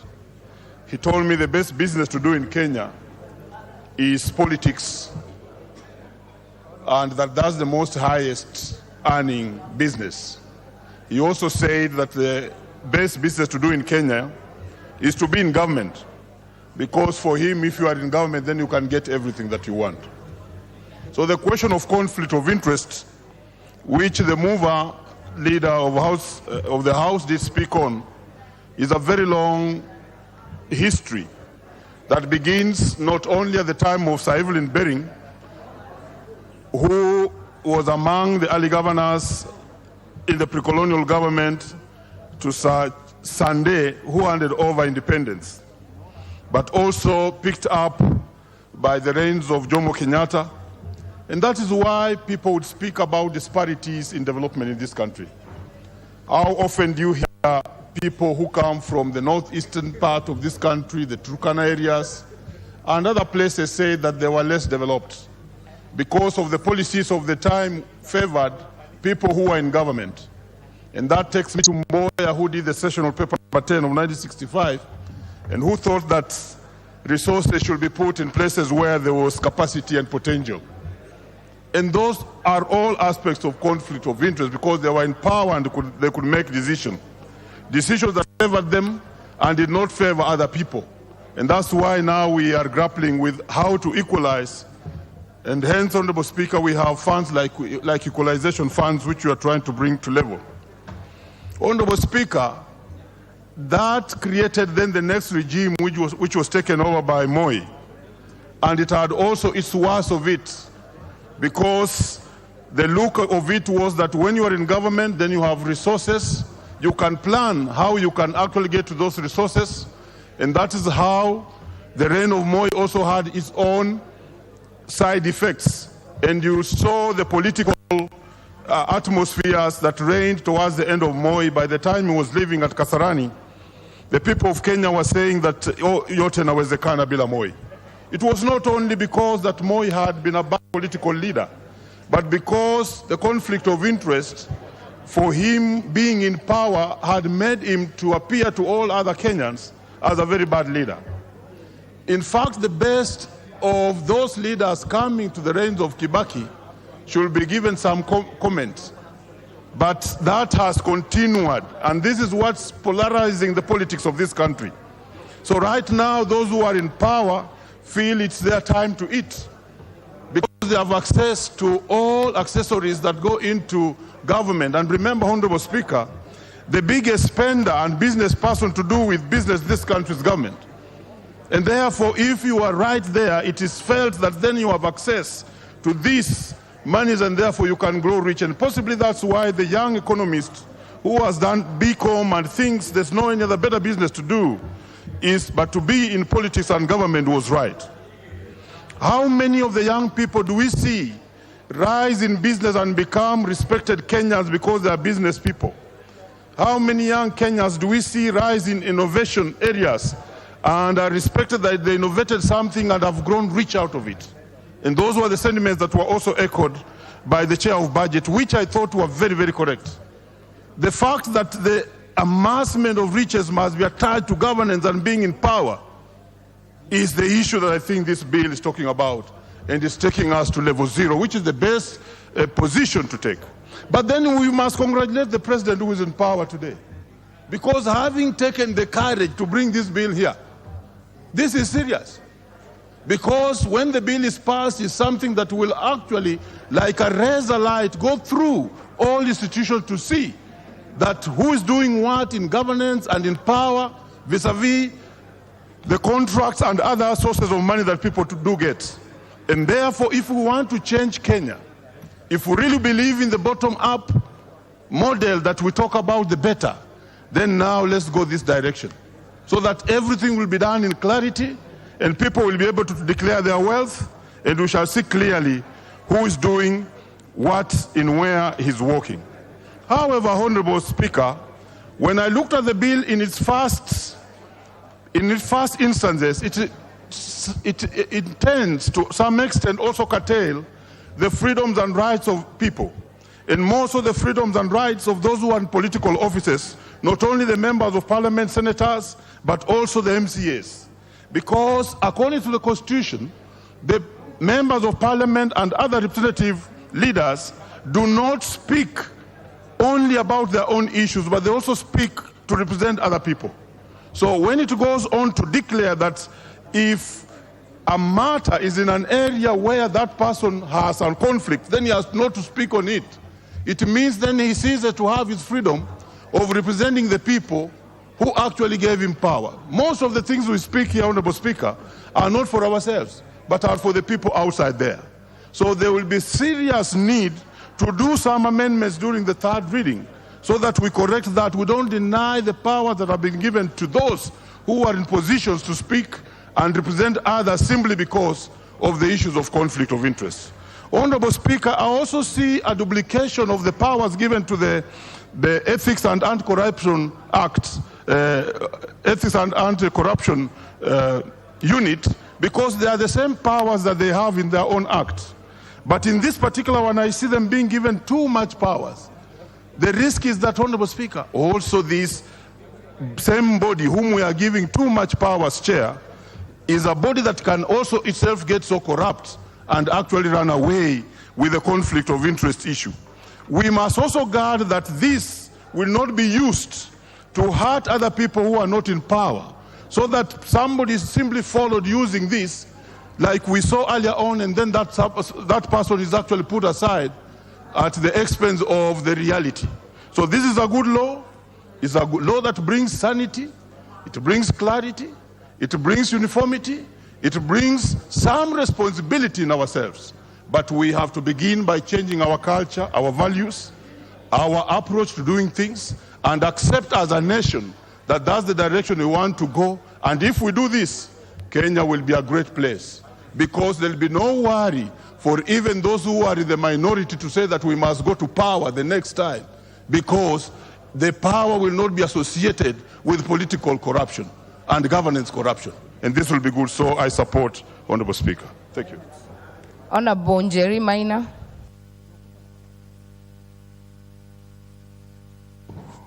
Thank you, Honorable Speaker. Honorable Speaker, as a member of JLAC Committee, and noting that public officers owe a fiduciary duty to the citizen and to the public, and that duty must be exercised to the utmost highest attainable level, I have deep-seated reservations in passing this bill as it is, Honorable Speaker.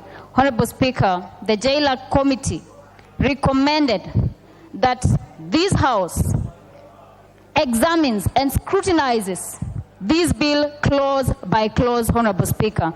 Honorable Speaker, I will refer and take members to clause 31, which gives the EACC powers to be the investigative body and also the repository, Honorable Speaker. Honorable Speaker, the Constitution of Kenya 2010 gives every Kenyan citizen the right against self-incrimination, Honorable Speaker. Honorable Speaker, these powers can be abused. We have seen, and I know that some of the members in this House have been culprits of weaponization of the law, Honorable Speaker. Honorable Speaker, we can never allow it to happen again, Honorable Speaker. This House must pass laws for the posterity of this nation, Honorable Speaker. Honorable Speaker, we also need to balance and ensure that we protect against unjust enrichment through abuse of public office and protect against nepotism, Honorable Speaker, so that we do not have people using their positions of power to influence and to ensure that they have sort of a cartel where they're cutting out other Kenyans from accessing resources and employment opportunities because of the power they hold by dint of the fact that it is a public office, Honorable Speaker. Honorable Speaker, I therefore request and call upon members of this House to examine this bill. Let us not just make comments without information. Let us speak from a point of information so that we do not pass laws which can be used at any given point, Honorable Speaker. Thank you, Honorable Speaker. Thank you for taking quite some short time. The next chance will go to the member for Alego Usonga. Honorable Atandi. Thank you, Madam Speaker, for giving me this opportunity. Madam Speaker, this is a very important piece of legislation. And it is a good one because, Madam Speaker, the cost of public service or politics is very high. Because there's a perception out there, Madam Speaker, that when you join politics or public service, you, by way of conflict of interest, you will become very rich very fast. So, Madam Speaker, when elections come, everybody wants to join politics. The same happens when appointments are, when public jobs are advertised. You see the number of people who are expressing interest. Even people who hold very good jobs in private sector, they want to leave private sector and come and do small jobs in public sector because there are opportunities to make money. So, Madam Speaker, I really support this piece of legislation, and I hope that it can be used, to tame the appetite for public service. Secondly, Madam Speaker, about the implementation of this law, I know that most colleagues have said that the law could be abused by the agencies such as EACC and DCI. That is a fact. But, Madam Speaker, there are also some laws that you can make that end up being used by these agencies to enrich themselves, also to harass innocent people. If the EACC and DCI are given powers to summon public officers, they can do so, in a way that, undermines the objective of a legislation. So, Madam Speaker, that is the only comment I wanted to make. But I also want to add, Madam Speaker, that conflict of interest happens in many instances. For instance, Madam Speaker, public officers own businesses that trade with government. Like, for instance, Madam Speaker, there are public officers who own hotels. Now, when you own an hotel and a public officer, and you send government officers to go and do meetings in those hotels, Madam Speaker, that's public interest. This is notorious. Even here, Madam Speaker, this parliament, there are specific hotels where we go for seminars. If you go to Mombasa, if parliament goes to Mombasa, you find that they're only going to one hotel. And I've been informed that that hotel has relationship with senior public officers. Madam Speaker, we need to look at this thing and say it as it is, that public officers who are in business must desist from using those business opportunities to do business with government. As an example I'm giving you. Madam Speaker, also, as an example to show you that there are benefits of being in public service, government ministers who are recently buying suits on River Road, I met some of them buying suits with me in Milan, Madam Speaker. Because, Madam Speaker, they have used those officers to enrich themselves. And now they are even dressing in, designer suits, Madam Speaker. Something which they could not do before they joined those offices. So, Madam Speaker, the truth of the matter is that we must allow this law to be implemented. And, Madam Speaker, I was joking that this law is good, but it could be bad for my friends on the left side of the House. On the right side of the House, we really have nothing, to mesoea. But Madam Speaker, I support. Thank you. I'll give the... I don't know whether Honorable Yusuf was protesting your statement, being your neighbor, but I'll give him this chance to contribute. Thank you, Madam Speaker, and I join in supporting this particular bill. I think it is a very critical bill, very timely bill, because it comes at a time when we want our country to move forward. And I think we cannot fix the deeply rooted problem of corruption in our society without addressing the elephant in the room. Our rotten public service, the ruling elite, the political elites who are sitting in this House and who are now finding excuses and reasons not to support this particular bill. Because, Madam Speaker, Kenya is unfortunately having a terrible reputation internationally. We are putting our act together. We want to be a respected, developed country.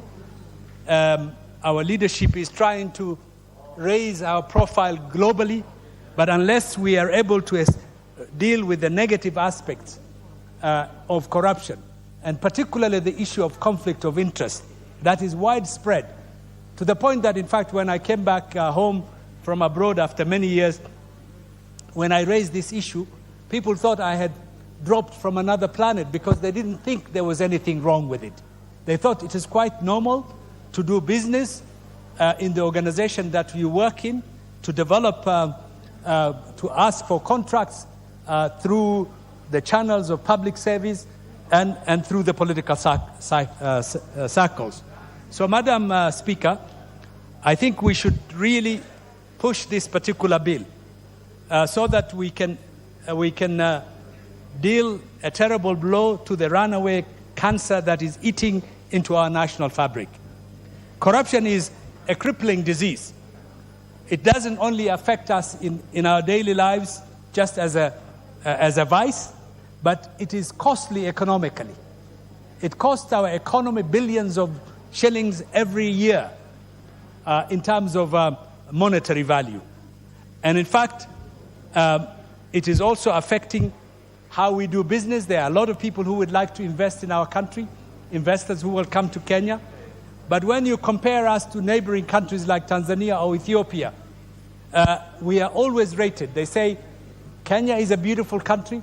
It has got great opportunities for investment, but the level of corruption, the deepness of the corruption, and the conflict of interest is such that it is not a good country to do business in.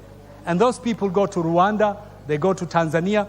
And the other day, if you had the governor of the National Bank speaking about our economic situation, his answer was that Tanzania and Uganda were getting more foreign direct investment because the environment for doing business in those countries was better than us. And the reason is conflict of interest is one of the obstacles. Corruption is one of the obstacles. And many of our institutions and the culture, this culture of grabbing, the grabbing culture that we have, that is entrenched in our Ministry of Lands, in many of our ministries where civil servants and the political leadership of those ministries accept to get money, has created that culture where our country is known as nchi ya kitu kidogo. In other words, nchi ambayo kila mtu anataka kupata kitu kidogo kutumia cheo chake cha kiserikali. So, Madam Speaker, I think it is a high time we dealt with that particular issue. And I know maybe this bill would have a lot of difficulties passing in this House. I know for sure because I can hear the signs. I can hear the whisperings and the murmurings. But I think this bill is very good for our country. It will improve our reputation. It will create a better environment for business. And it will raise the status of our country as a good tourist destination, as a good investment destination. Even as I speak now, Jomo Kenyatta International Airport is a scene of a crime. When our diaspora people come back, they are grabbed by corrupt elements inside that airport. When tourists come here, they are harassed and made unwanted by those corrupt officials. Watu wanataka kitu kidogo. Now, I think we need a bill that will deal with those issues of conflict of interest so that we know where everybody is and we put our country in the right track. If there is an abuse by the anti-corruption organizations and the bodies that we have given that power, then obviously as members of parliament we can go back to make sure that in fact those laws are not abused and they serve our people and our country for the better and for the future. Thank you, Madam Speaker. Thank you. Member for Tigania West. Thank you, Honourable Speaker, for the opportunity to contribute to this bill. Honourable Speaker, as I look through this bill, Honourable Speaker, I fail to get the distinction and the difference between corruption, misuse of position or office, and conflict of interest. Those three ones, in this particular respect, appear to be intertwined. Excuse me.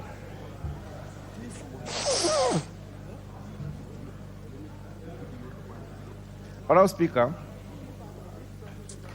the bill talks about management of conflict of interest, which implies that there is conflict of interest, and therefore what we need to do in this particular bill is to organize ourselves how to manage it.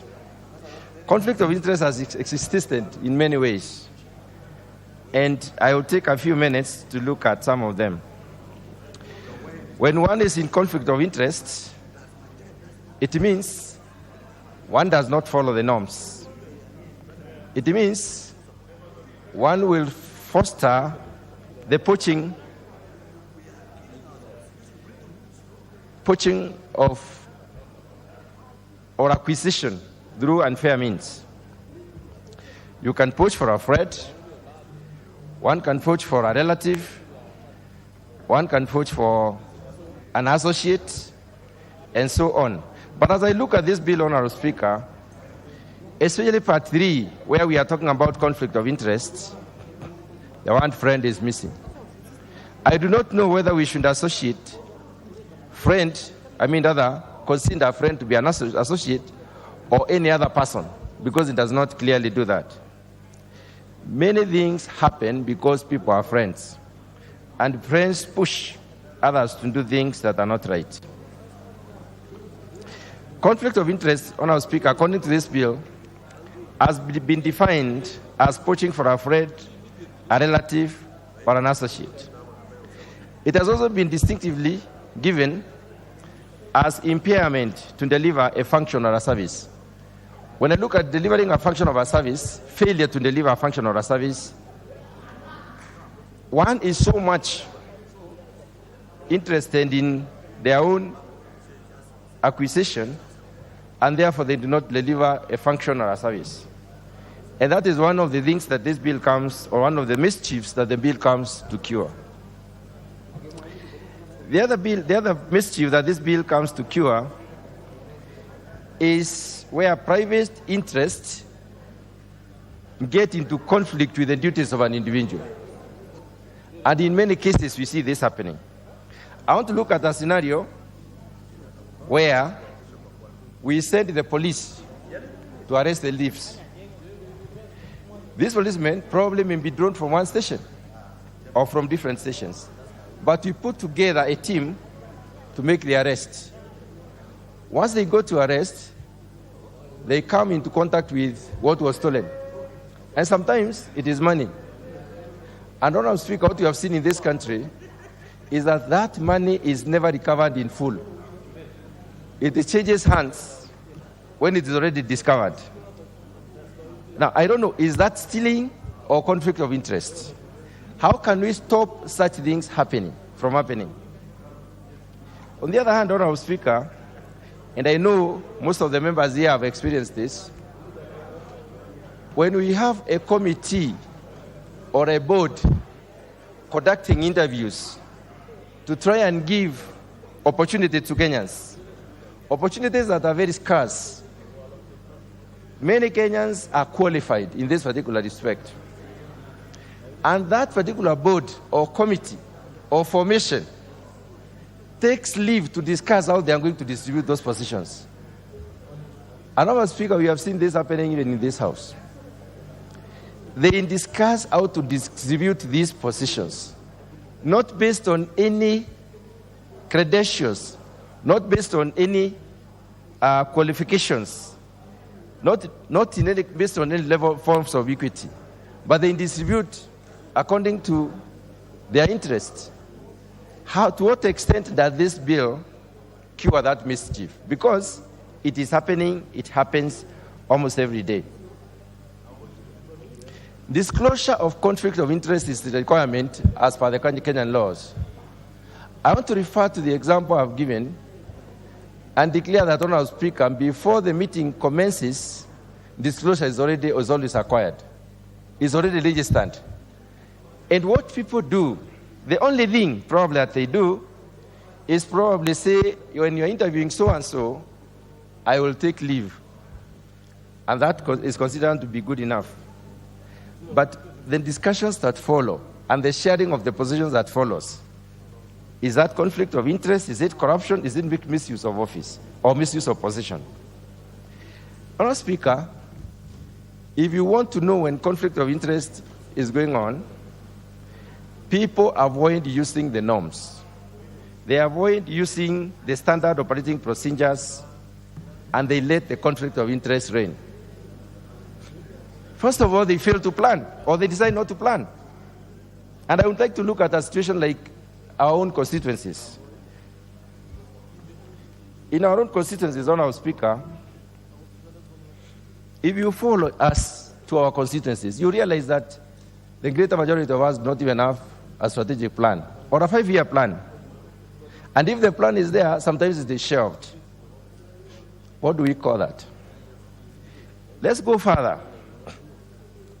Honourable Speaker, retirement of procedures is common, where one of those who are supposed to manage the delivery process becomes extremely powerful. As in the word of a member of parliament in the CDF case is what matters. And then nobody else can contribute to a decision in such a case. Honourable Speaker, if we want to be very honest, some of us have had the fund account managers changed more than 4 times in a span of 1 year. 4 times, 5 times, 3 times. What is the problem? Is it that these officers are not qualified? Is it that these officers do not know their work? These officers step on the toes, and that is why they are changed. And therefore, we over-dominate a situation. So, Honourable Speaker, this bill comes in to cure the mischief that reigns in the decisions making in most of the decisions that matter in terms of sharing resources, sharing positions, managing a situation. Acquisition has misled many Kenyans. And sometimes I marvel. We have seen people regarded as very clean civil servants.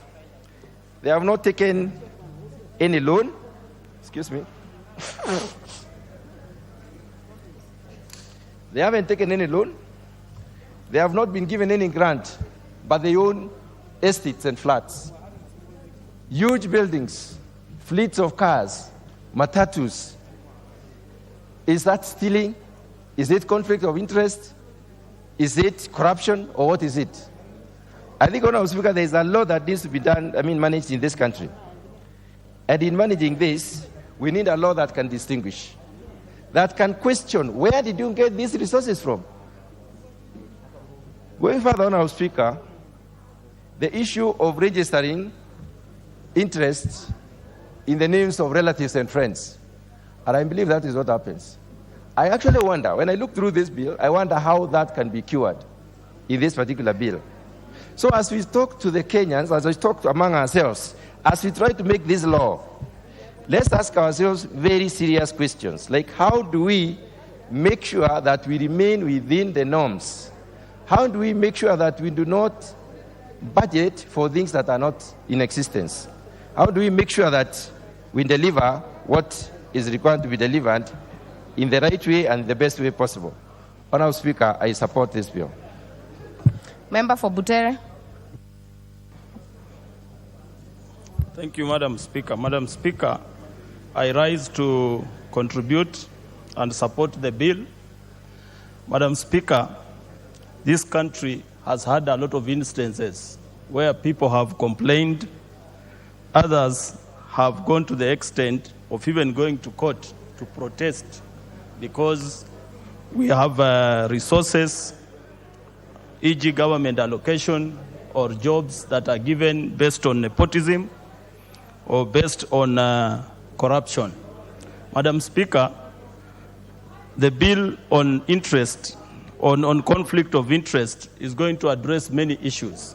Among them, Madam Speaker, is the issue of equitable distribution of resources, which has become a nightmare in our country even to date. Madam Speaker, you just heard my colleague, Honorable Cheng, claim openly to this House that even the supplementary bill, which was tabled in this House, we have people who have put projects in that supplementary budget, knowing very well that it has some conflict of interest. Madam Speaker, I want to bring to your attention that unless this bill passes and unless this becomes law, it will be very hard for Kenyans to get what they have a right for. Madam Speaker, as we look for the benefits in this bill, I also want to outline some of the issues which we need to amend. Madam Speaker, like clause 8, where it talks of the word perceived, we saw the Teacher Service Commission coming out very strongly requesting for the deletion of the word perceived.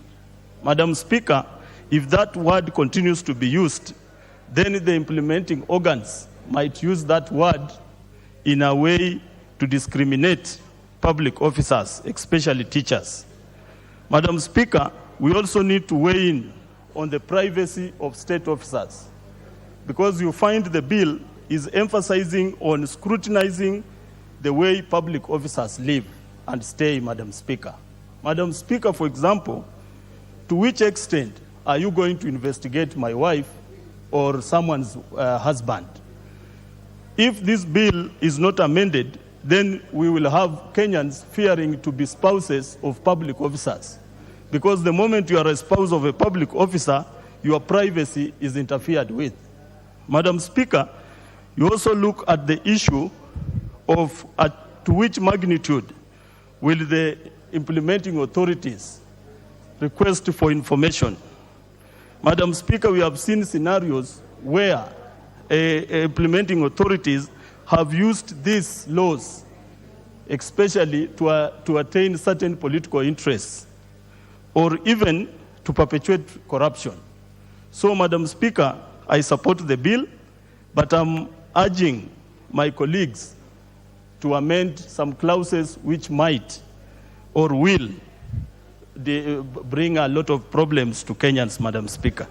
But otherwise, I support the bill, and I rest my case. Thank you. Thank you, Honorable Tindi. And for your information, you can also bring the amendments as a member of this House. Honorable Jackson Kosgei.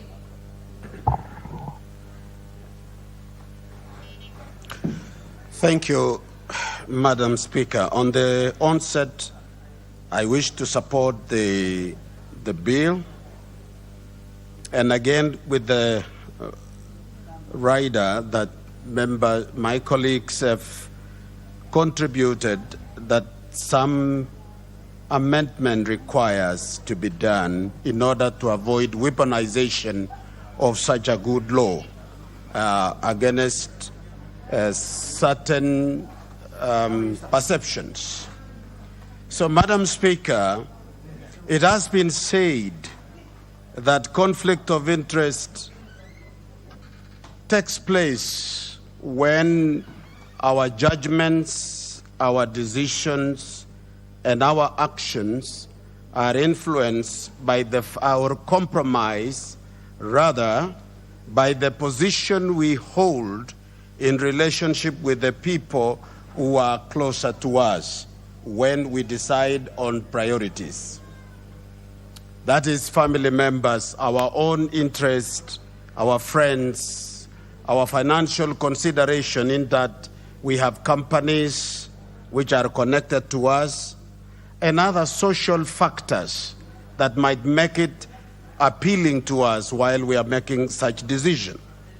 Balancing and managing conflict of interest in the public sector therefore calls for a very careful consideration of both legal and consideration of moral and ethical expectation on the same. Madam Speaker, we have witnessed situations where merits have been ignored by the privilege of authority and deny people who deserve positions and because of where they come from, because of what they don't have, and because of lack of connections. So this bill is necessary, but I think as we progress in the next stages, some amendment must be done so that we don't deny in people who may be connected to public officers, yet they qualify, they deserve the jobs, they are citizens, and that we should not at any time entertain what is called bureaucratic discrimination by virtue of being perceived that you are related to A and B. Therefore, Madam Speaker, one such thing that can help more than even the law is for a national pride to be inculcated in our lives as the people and citizens of this country, to be proud to be a Kenyan and be able to look at Kenya wider and beyond your own community and close friends while considering and making judgment or decisions that will affect other people's lives. Otherwise, I support Madam Speaker. Thank you. Thank you. The Deputy Majority Leader, Honorable Owen. Honorable Speaker, I want to thank you for the opportunity, and I would like to make my contribution as follows. One, this law we are debating here today is actually a feather on the war against corruption in this country. It is a law which will strengthen institutions. It is a law that will ensure that people are not conflicted as they exercise the authorities that are given in public offices. Honorable Speaker, this is a law that is going to right many of the wrongs that have been happening in this country by virtue of the fact that people have positions and they misuse those positions to benefit family, relatives, and friends. Honorable Speaker, when you look at this law, it is a law that will give an equal opportunity to all Kenyans, because if you have more people, Honorable Speaker, there are times where a community like my community, where I come from, there aren't very many people from my community who are in big offices or in government positions. They get disadvantaged because when it comes to recruitment of people in those departments, in those officers, the officers who are occupying the higher seats look at their relatives and put them in there. My people, where I come from, the Mijikenda, the Giriama, don't have people in high places. And therefore, every time a recruitment is done by government, by parastatals, they appear nowhere. Even where those parastatals are in their backyard, Honorable Speaker. We have very many parastatals in the coast, very many of them. But when the MD or the person in the highest position comes from a certain region, when it comes to recruiting, they overlook the local people and bring people from other areas just because they want to give their people positions. And qualified people from the region don't get that opportunity. Honorable Speaker, I laud this law because this law will give my people an opportunity, qualified people from my community, to have an opportunity to also serve this country and generate income for the community. Honorable Speaker, again, this law, you know, Honorable Speaker, we have had very many government officers today form their own companies. You are a chief officer, you are a head of parastatal, you are a PS. What you do is when you get into that position, you tell your wife, your son, your children, and all that to form companies. And then all tenders, all opportunities for government contracts go to those companies that are formed and owned by those people. Honorable Speaker, what that means is therefore any other person will not be able to do business with government except those relatives, those friends, the wife, the husband, the aunt, and all those people are the ones doing business with that organization. Honorable Speaker, this law comes in to cure that malady, that problem that has been created by many of the officers. Honorable Speaker, it is very true that the primary driver of corruption and poor decision making is at conflict of interest. Honorable Speaker, a lot of wrong decisions are made because someone wants to favor a relative, because someone is conflicted. Then they make decisions that are wrong, that are injurious to community, decisions that carry heavy burden. We have seen, Honorable Speaker, and we have heard that somebody, because he is in government and he owns a bank, and therefore he wants to play around with interest rates at central bank because he has access to decision making in the central bank, so that now he can make millions for his bank. Honorable Speaker, actually the reason why right now in this country, one of the reasons in this country where interest rates are the way they are is because there are people who were once in top government positions, and they use their government positions to manipulate interest rates in this country. And they earned billions of shillings, but the country went the way it is going. Honorable Speaker, this law speaks to such problems that we have had with people who want to make policy because they want to favor themselves, they want to favor our relatives as we move ahead. Honorable Speaker, as I conclude, abuse of office by government officers. Many times when you have an officer being taken to court because of abuse of office, when you look around, you realize that there was a relative involved. There is a decision that has been made because a relative has been made. If we enact this law, Honorable Speaker, I can assure you we will have better decision making by government officials. We will have decisions that are made for the general good of the public and not just for a few people. Honorable Speaker, of course, this law requires amendment, and that is why this House... Honorable Meli, what is your point of order? Thank you, Madam Speaker. Madam Speaker, checking the mood of the House, I'm standing on Standing Order 95. I request that the mover be called to reply.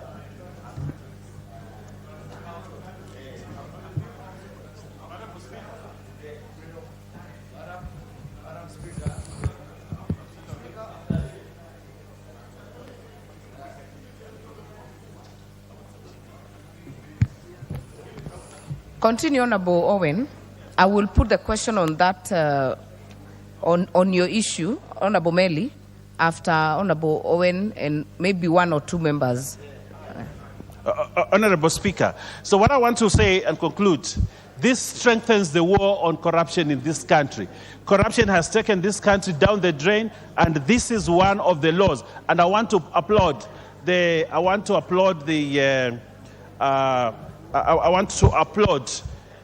leader of majority that has brought this law.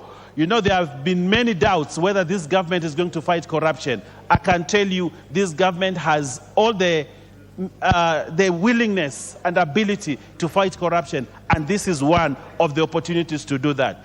Honorable Speaker, as I conclude, I would like to donate three of my minutes to my gracious lawyer. Out of order, Honorable Owen. You have no capacity to donate any minutes to any member. The next chance will go to the member for Masinga, Honorable Joshua Mwalio. Thank you very much, Madam Speaker. I was worried on the Honorable Mary's 95 request. I want to thank you for giving me this opportunity to be able to say just a few words about the Conflict of Interest Bill 2023. While it is a good bill and it is supposed to kill and also eliminate corruption, you know, it is the interest of every businessman and every contractor to be able to do business with the government, because government is the biggest employer. The private sector, although it tries, but the kind of the government that, the kind of budget that is in the government for doing business is a lot. So all that needs to be done is to have a clear demarcation on where the conflict of interest is, so that we don't eliminate everybody from doing business with the government, calling ourselves public servants or public employees or whatever. So it is very important to know that this can also apply to the members of parliament, because if it is passed as it is, we can also be told that we are not going to oversee our NGCDF or even CARA, because somebody will look at it in a different manner, that the members of parliament might also be having a hand in the oversight and also in the CARA. So it is very important for this bill to be amended so that it doesn't it doesn't classify everybody just in the same way as a public servant. The other thing is that it is also important to note that my brother's son is not my son. My brother's sister, my sister is not my daughter. So for them to be able to do business, and then I am accused that where I am a CEO or where I am working in that department, they have won a tender there. It is not right, because they are also entitled to earn a living if they are qualified, and if they are able.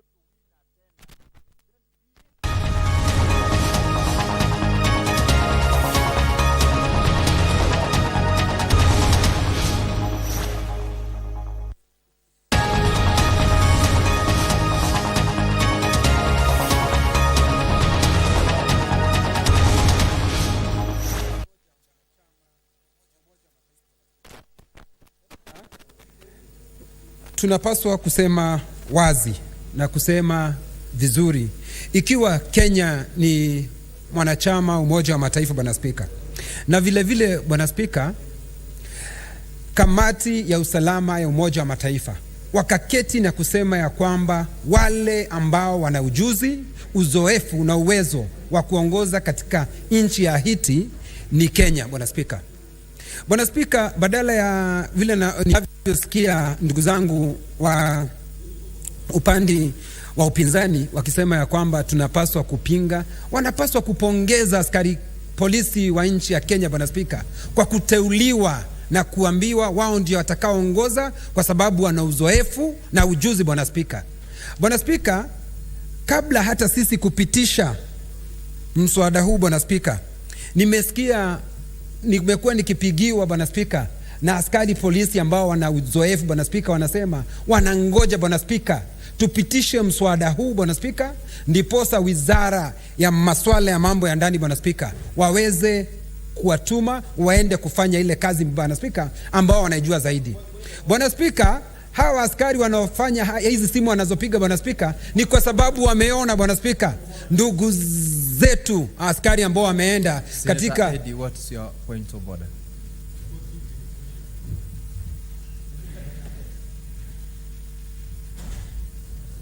Mr. Speaker, I raise under the point of order number 105, understatement of fact, and combined with point of order number 101, which is imputing improper motive, and also discourages us from discussing people in this house. Mr. Speaker, is it in order for the senator for Laikipia to stand in this house and tell us that there are some calls from some policemen who have called him so desperate to go and work in Haiti, Mr. Speaker, without giving us the name of these policemen, without giving us the real cause of these policemen? Because, Mr. Speaker, this is a very serious task where people are going to leave their children to go to this mission. People are going to leave their wives to go to this mission. People are going to leave their families to go to this mission, Mr. Speaker, and they could as well also die, because people are dying in that area because of attacks, Mr. Speaker. If you're going to claim that there's a police officers who have called you personally and are telling us in this hour that that's a matter that is enough to substantiate to justify why you're going to that place, give us the name of those police officers, Mr. Speaker. Senator Eddie, I actually rule you out of order. The fact that there are reference to several phone calls or otherwise does not mean. Proceed, Senator King. Asanti Bwana Spika kwa kunikinga kutokana na masuala ambayo Bwana Spika umeona si nyeti, Bwana Spika.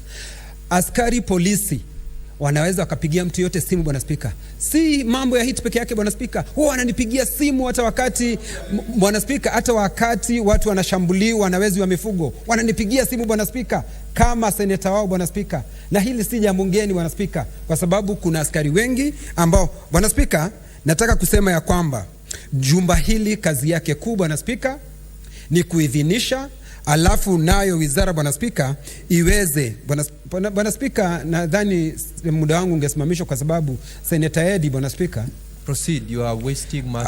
Bwana Spika, nataka kusema ya Bwana Spika, nasema ya kwamba ni vizuri Bwana Spika, naunga mkono mswada huu Bwana Spika, ni posa ndugu zetu walioko Haiti Bwana Spika waweze kusaidiwa na ndugu askari polisi ambao wako na ujuzi na uzoefu Spika, kwa sababu Haiti ni ndugu zetu Bwana Spika, na ambao Bwana Spika wanahitaji huduma ya askari polisi wa Kenya ambao wamebombea katika kazi yao Bwana Spika. Naunga mkono mswada huu na naomba ndugu zangu, Edi najua ataunga mkono, lakini najua yeye analeta kejeli kwanza. Asante Bwana Spika. Senator Mwinyi Haji Mohamed Faki. Asante Mheshimiwa Spika kwa kunipa fursa hii kupinga mswada wa kupelekwa kwa askari polisi kwa nchi ya Haiti. Mheshimiwa Spika, ukiangalia katiba katika kifungu cha 240 na 41, majeshi ni tofauti na askari polisi. Majeshi ya Kenya ni pamoja na jeshi la nchi kavu, jeshi la angani na jeshi la wanamaji katika kifungu cha 241. Mheshimiwa Spika, polisi wametajwa katika kifungu cha 243.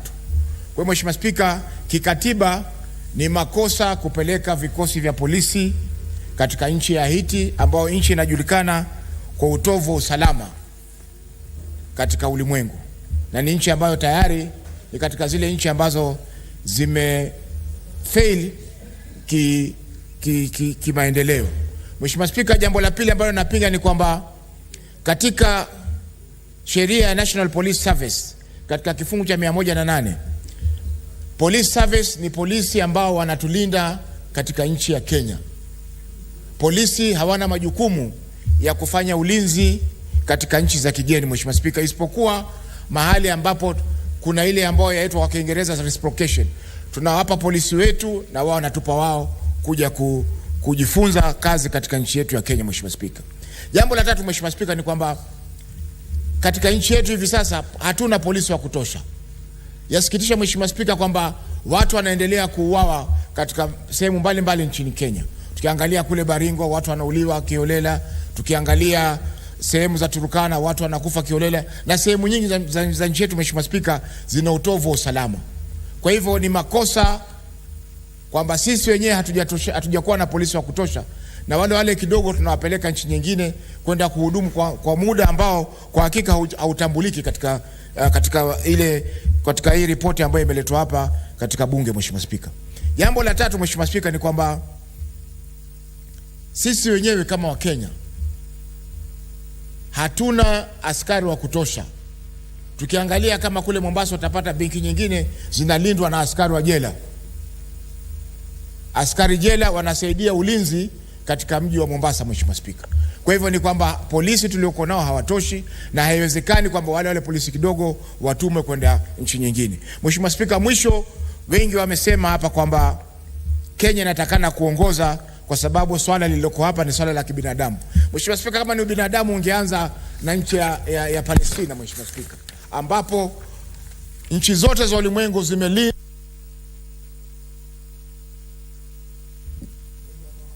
Senator Esther Okenyori.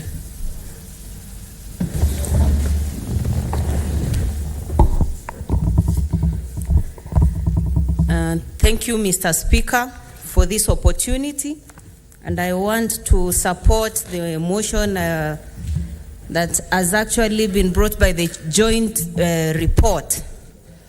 First, Mr. Speaker, Kenya is a very strategic and stabilizing factor as a state generally in our global politics. Kenya actually hosts one of the UN headquarters among the very few in Africa.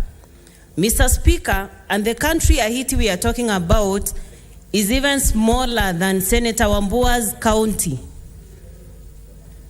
And for your information, while I acknowledge how intense the issues in Haiti are, because when I read in history, one of the most experienced military men, one Napoleon Bonaparte, actually conquered most areas in Europe, but when he went to Haiti, many of his soldiers were left dead and later had to sign a peace agreement. Mr. Speaker, it's a very great honor for our country to lead such peace initiatives in that country which most of its citizens share our African descent. And in the spirit of Pan-Africanism, I think Kenya is doing very well. For the few months our president has been in office, has put our country on international arena positively. When this news actually came, most of the world media was mentioning us across the continent. Mr. Speaker, it's one of our international obligations as a country to actually commit to peacekeeping initiatives. It's not happening for the first time. In the years 2000, our country has sent their troops to Sierra Leone, Liberia, under the stewardship of General Daniel Opande. So I do not understand why this should be causing alarm to our colleagues on the other side of the divide, because it's not a new thing in this country. Mr. Speaker, finally, as we actually observe whatever is happening in Haiti are humanitarian issues. We do not want to watch genocide happen. We do not want to lose young children. We do not want to lose women who are the most affected when war happens. I hope for the first time we are going to defeat the gangs, because this is a country that has not just killed one president, not two presidents, 5 sitting presidents. So I'll be looking forward to seeing what the joint... Senator Mogeni Eric Okongo.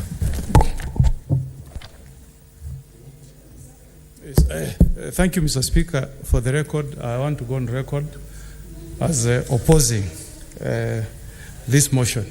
You know, Mr. Speaker, I want to speak to the police officers as my sisters and my brothers. And as a country, before we send citizens who have a registration bearing an identification as Kenyans, we need to think about their safety, Mr. Speaker. Mr. Speaker, even if you wanted to try to travel to Haiti today as an ordinary citizen, Mr. Speaker, you will be warned that Haiti is a very unsafe country to go to. Why? As we speak even now, Mr. Speaker, people are being murdered, people are being kidnapped, there is war everywhere. There is no place that is safe in Haiti. And some of these things you learn. The Americans were warned not to go to Somalia in 1992, 93. They persisted, sent their soldiers to Somalia. They were butchered, killed like chicken. So when you are sending our brothers, sisters, our children to Haiti, think about their lives. Are they going to come back alive, or we are going to receive corpses at the airport, Mr. Speaker? It's a good thing, and nobody opposes, Mr. Speaker, sending people to UN missions. But don't send our children, our brothers, to countries where they will be murdered, Mr. Speaker. Haiti is unsafe. Even a president in Haiti is not safe. How can a police officer be safe? These are not even soldiers, Mr. Speaker. We are being extremely sensitive, especially we as the representatives of people. We are being very insensitive, Mr. Speaker. So me, I want to go on record, Mr. Speaker, and time will vindicate us. I'm strongly opposed to this idea of sending our children to Haiti. As we speak today, the only presence we have of America in Somalia is through the bombings they are doing there against the Al-Shabaabs and the likes. We should be leaders who think, reflect, and assist our president in making the right decisions, Mr. Speaker. We are not here just to rubber stamp what the executive wants. We are here to act in the best interest of the people we represent. The people who are going to Haiti could be my brother, it could be Galwale's brother, Mr. Speaker. Don't we think what exposure we are giving these Kenyans, Mr. Speaker? You know, Mr. Speaker, even healthcare does not work. Healthcare does not function in Haiti. These guys speak a language, I don't know, called Creole. It's not French, it's nothing. You can't even communicate, Mr. Speaker. So, Mr. Speaker, I'm sad. I'm speaking as a very sad Kenyan this afternoon, that we are just making statements, but we don't care about the lives of these guys you are sending to Haiti. You can look at what has... Your time is up, Senator Omogeni. Senator Karungo Thangwa.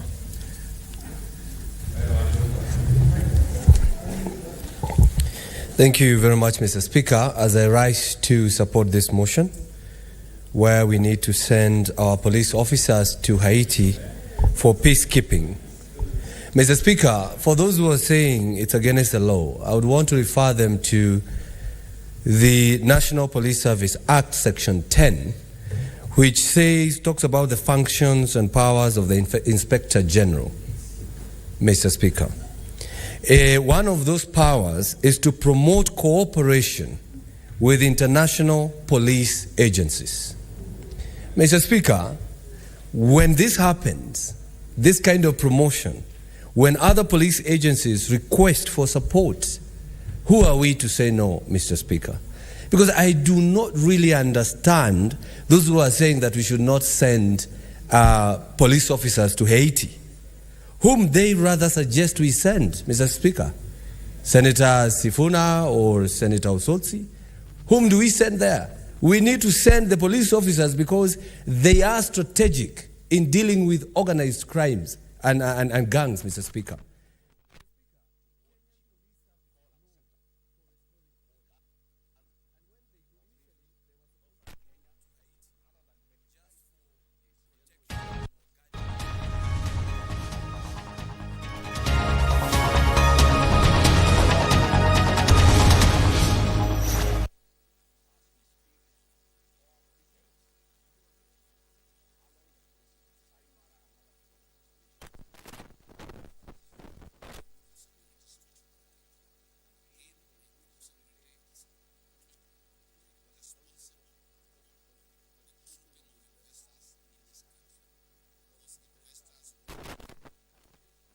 That is secure and weighted with their security and their investments.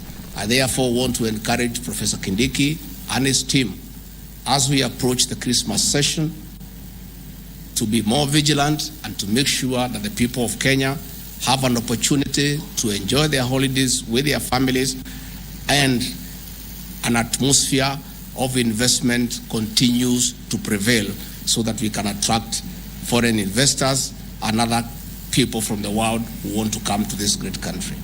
With those very remarks, it is now my singular honor to request the President of the Republic of Kenya to come and address the nation. Mr. President.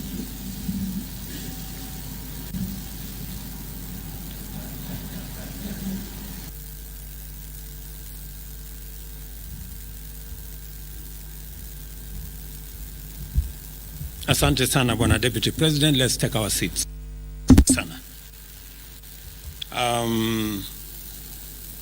Mr. Deputy President, our CS Interior, PS Interior,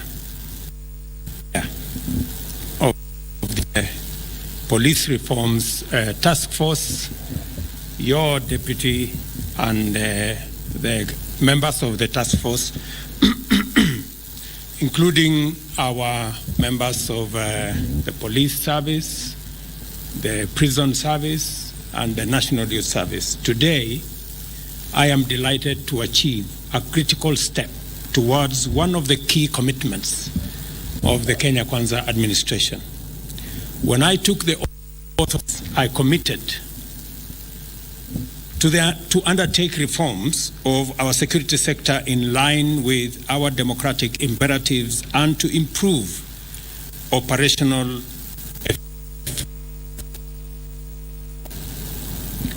The transformation of our security sector has been overdue, and in all fairness, many attempts have been made, both within the specific security sector agencies and by the national centrally. These efforts have minimal potential. The weakness in the security services have grown to major, have further devolved into the integrity, efficiency, trust in the security agencies and by extension eroded their trust in the government's ability to guarantee the most basic right, the security of persons and their property. We pledged to transform our security services and to increase the state's capacity to protect the people, their belongings, their freedom, and their interests, to create and commerce and industry. The reforms are also intended to ensure that the gallant in uniform who have committed themselves to the highly challenging and often risky career for the sake of keeping Kenya safe are accorded the respect, support, facilitation, and recognition that they do very well deserve. Accordingly, on December 21st, 2022, was on the reform of the Kenya Prison Service and subsequently the National Youth Service. This task force, led by our able chairman, retired Chief Justice David Maraga, was charged with the assignment to identify the legal, policy, administrative, and operational constraints to effective service delivery by these services. The committee took up the assignment with remarkable dedication and discharged its terms of reference meticulously, thoroughly, and in a manner which clarifies the assignment of recommended remedial interventions with the diagnosis of recognized challenges. I can testify to this task force dedication because they updated me frequently and on time on their progress as well as evolving issues during the course of their work. Going by my initial perusal of the report and in accordance with the task force, I am satisfied that the report I have and I has done that I gave to the task force. 4 primary services that have hampered effective and efficient service delivery, rendered them resistant to growth and transformation, and collapsed their stature in the eyes of many Kenyans. The problems are broadly underfunding, deficient leadership, structural and organizational weaknesses, and most critically of all, corruption. These perennial problems have impaired the terms and conditions of service, welfare, as well as motivation of officers who serve, and severely undermined service delivery to the detriment of the safety and security of the people of Kenya, their belongings, and their investments, and their interests. None of the services covered in the report receive adequate funding or even anywhere near it. The inappropriate processes and structures involved in recruiting, supporting, deploying, and promoting officers render the entire sector vulnerable to inefficiency, low professional, operational ineptitude, ethical lapses and malpractices, and general institutional decay. Coupled with this, outdated and inappropriate legal frameworks and organizational structures have created loopholes for malpractice, confusion, overlaps, outright conflict, and sometimes general inefficiency.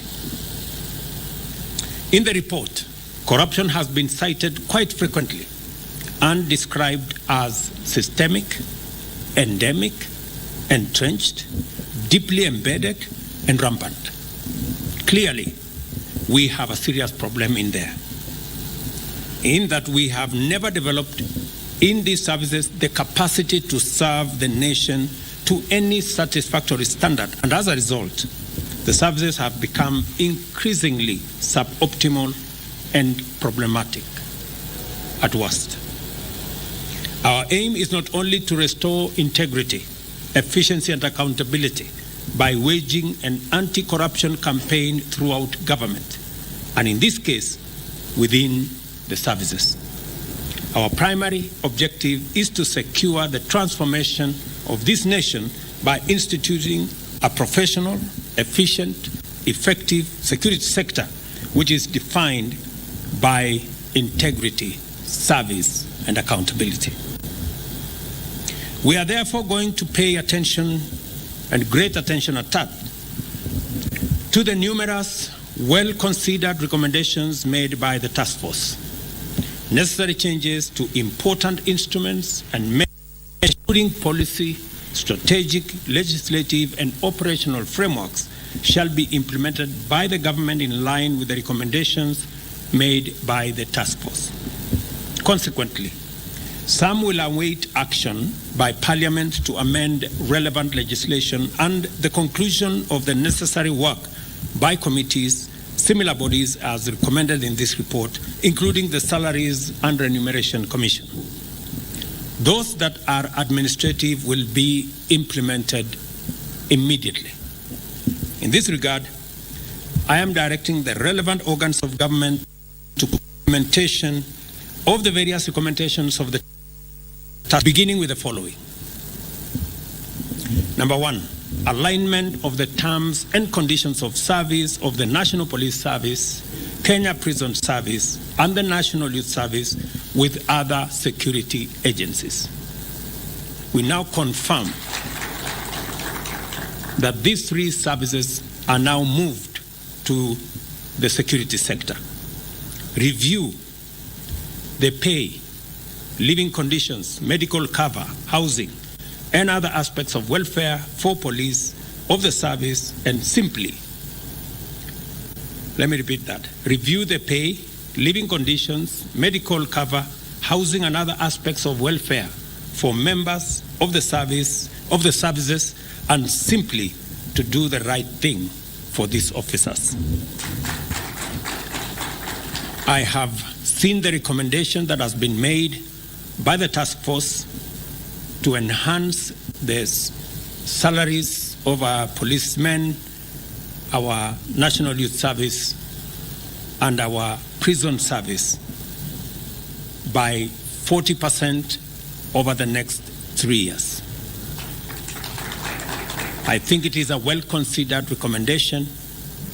We will now await the workings of the Salaries and Remuneration Commission to make the necessary adjustments so that we can implement this recommendation. We've also seen the recommendation of the career progression of our officers, so that there will be two categories of admission, one for constables and another for the cadet in all the three services. Again, this will give us the opportunity to grow appropriate leadership in all the three services.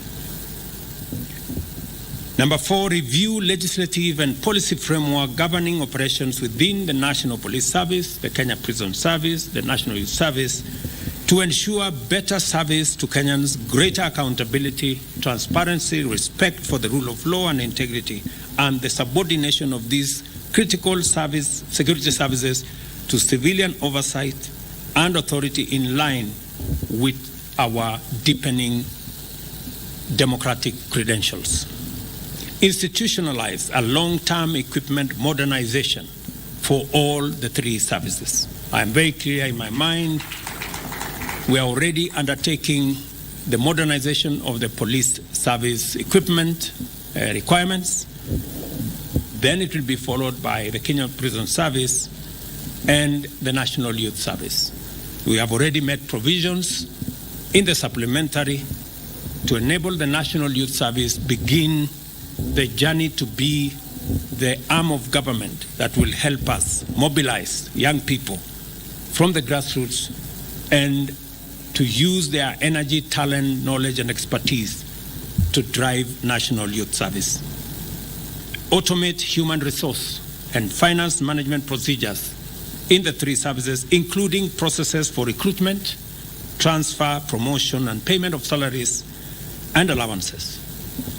The recruitment of members of the police service will be made transparent, competitive, and merit-based. The entry for all services will be raised to align with the expected competencies of officers of the imperative to implement affirmative action. Implement the human resource policy on transfer for all officers in the 3 services to ensure no officer serves for more than 3 years in the same county. These and other measures documented in the report of the task force shall be transmitted for consideration and effective action quickly and conclusively by all government agencies that will be required by these recommendations. These are commitments that must not wait one day longer than is absolutely necessary, because our officers deserve support and Kenyans are entitled to a security sector they can be proud of. I am pleased that discussions between the SRC, National Treasury, and the relevant MDAs have proposed an alignment of these packages across the entire security sector. I thank Mr. Justice Retired David Maraga and all the members of the task force for a thorough, meticulous, compiled and clearly written report which effectively articulate the necessity and urgency of transformative changes to our national policing and other security services. Your contribution to our transformative agenda is appreciated, Mr. Chairman, and your team, and your place in Kenya's history of positive change is assured. You can count on me and this administration to be meticulous and as thorough in implementing these recommendations with the same vigor and commitment as you have demonstrated as you assembled these recommendations. This is a very proud moment for me, because we continuously charging our commitments. We made a commitment, many commitments to the people of Kenya. There are some we implemented in day 1, others in week 1, others in month 1, others in year 1. We will continue to make sure that each and every commitment we made to the people of Kenya will be met, will be discharged, so that we can assure the place of leadership in Kenya, that leadership can match what they say with what they do.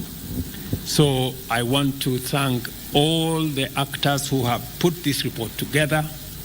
I want to assure our men and women in uniform that as they put their lives at risk to protect Kenya, the government of Kenya and the people of Kenya will stand by them to make sure that they serve in conditions that are sensitive to the responsibilities and the huge sacrifices that they are making. I am very happy that the task force took time to engage with Treasury, to engage with SRC, and agree on the approximate terms of service for the 3 services. It will make our work much more easy for us to implement this report. We will have the least engagements and headwinds as we implement this report.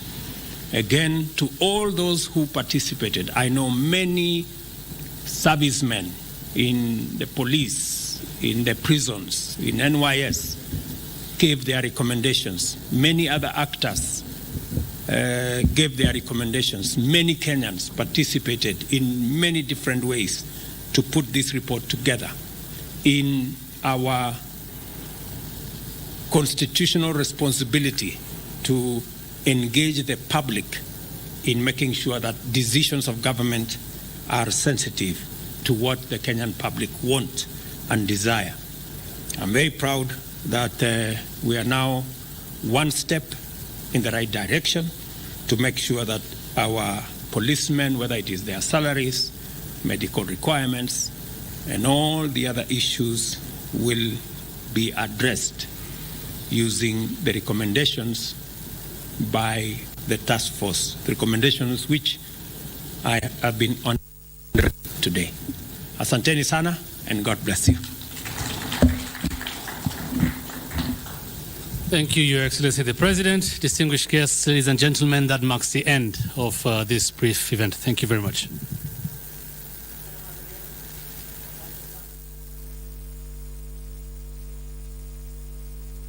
Black people is a thing of the past, Honorable Speaker, is something that we must take as a country in pride, and we are very honored, Honorable Speaker, that it is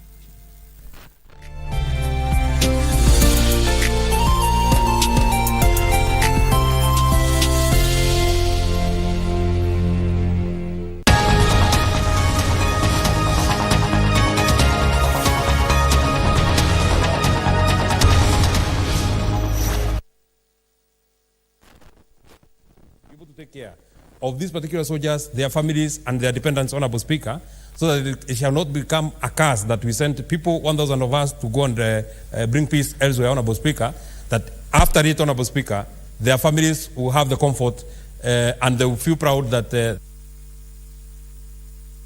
Your time is up, Senator. Senator Mofaya. I stand to support the motion. Honorable Speaker, it's important for this Honorable House to realize that Kenya, as a country, has the best reputation in the world for peacekeeping forces. Honorable Speaker, this is not the first time that this country has been able to send forces across the world for keeping missions, bearing in mind that in this country we have the best trained officers across the board. And it is their time, Honorable Speaker, that we have to cry with our brothers in Haiti, because as Honorable Medo just said, a pain inflicted to any black person is just a reflection of what is happening in here today. So, Honorable Speaker, it is my humble submission that I should support this motion that we are supposed to send troops to Haiti to keep peace, because this is administration before, and it's something that Kenya has been doing for the last like 20 years or so. I support. Thank you, Senator. Senator Chute Mohammed Said. Thank you very much, Honorable Speaker. Honorable Speaker, Kenya Police Service is a national body which is in charge of law enforcement in Kenya, not in Haiti. So, Speaker, the Kenya Police Service was formed in 1906. And later on, we had National Police Service, which was established in 2011 under Article 243. Mr. Speaker, in a normal circumstances, you can give to people, anybody, that things you have. If you have something, you can give someone. If you don't have anything, what are you going to give anyone? Why am I saying this? Mr. Speaker, Kenya, okay, let me talk about United Nations recommended ratio of 1 police officer to a population of Kenyans. The ratio is 1 police officer to 450 persons in Kenya. But in our situation now, we have 1 police officer, 1,150 persons. That means the police officers we have today in Kenya is 101. And we need 250 police officers to even manage the people we have in Kenya. We have issues in Baragoi. We have issues in Marsabit. We have issues in Pokot. We have issues in Turkana, Samburu, Lamu, Mandera. We cannot manage. Why are we sending our officers to Haiti? I honestly don't know. And if I am asked today, police officers in Baragoi police officers were killed, 40 police officers, in a period of about 1 hour. That means we have a problem. How can we safeguard the security and safety of our people in Haiti? I beg to say, when my friend Senator Kalwal is talking about humanity in Haiti, how about humanity in Baragoy, in Marsabit, in Samburu, in Mandera, in Wajia? I beg to oppose Kabisa. It is wrong to send our children there, and I don't like this idea. It is not good. We don't have enough officers. Why do we send our young boys and girls, okay, boys and girls to Haiti while we cannot even, don't have enough officers? Usikate, wachana mambo yake. We don't have enough officers to take care of our issues in Kenya. So I will say, I honestly would like our officers to remain in Kenya.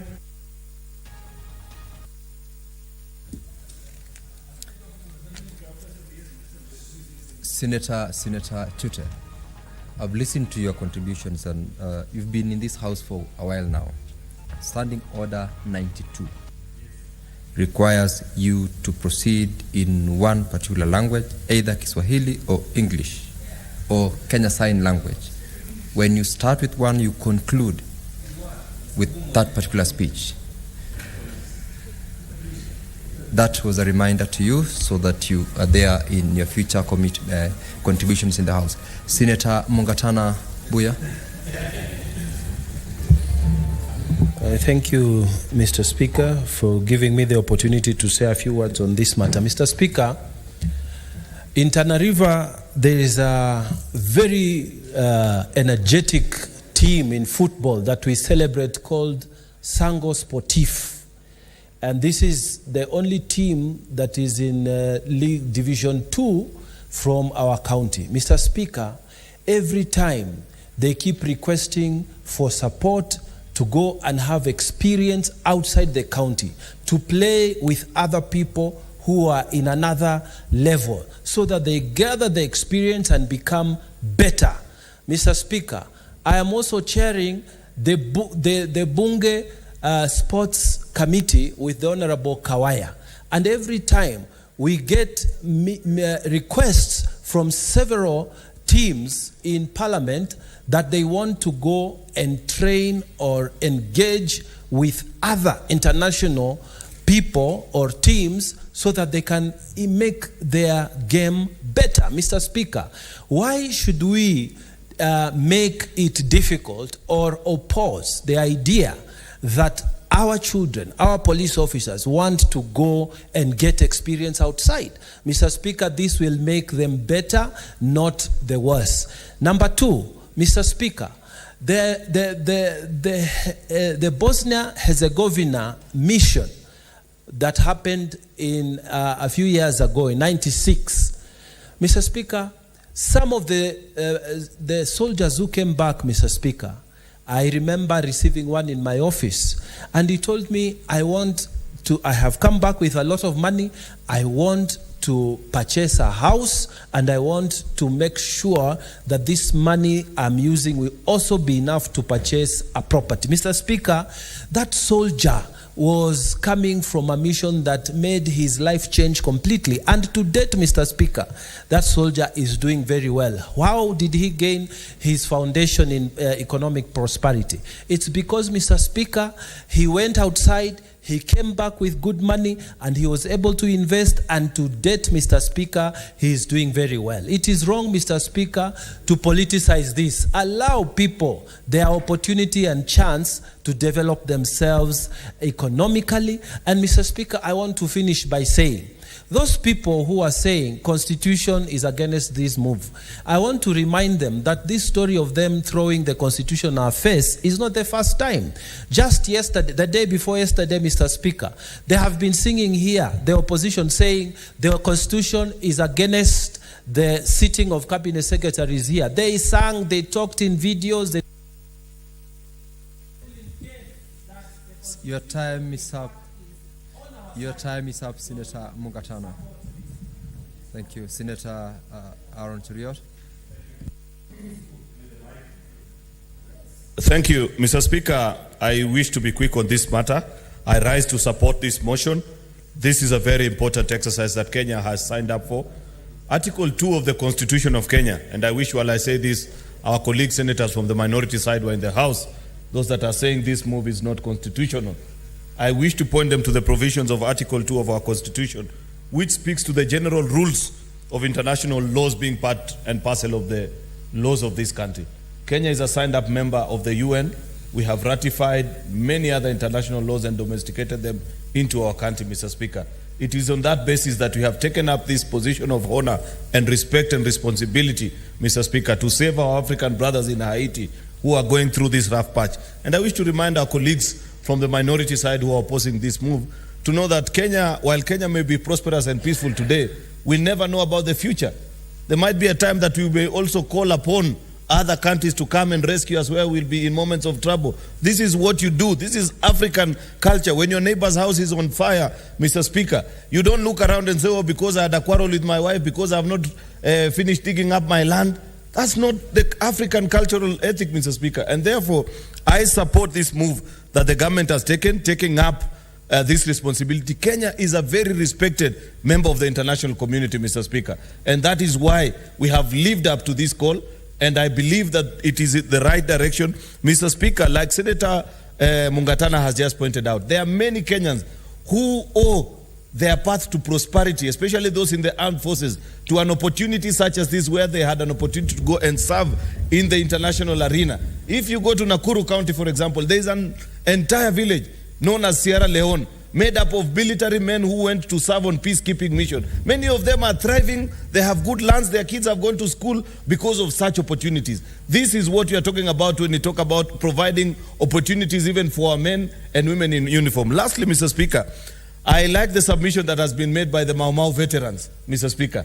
Before that, of course, you have seen that there is a whole list of the many times that Kenya has participated in peacekeeping missions, even by use of a police from 1989, Antag in Namibia, Yugoslavia, East Timor, Croatia. Kenya has participated. But I like what the Mau Mau veterans have told this committee, Mr. Speaker, that they just ensure that these people are properly compensated. They cite the 1913 and 1914 peacekeeping mission that Kenya participated in and how that provided an opportunity for them to live on a path of prosperity. With those many remarks, Mr. Speaker, I support. Senator Abbas Sheikh Mohammed.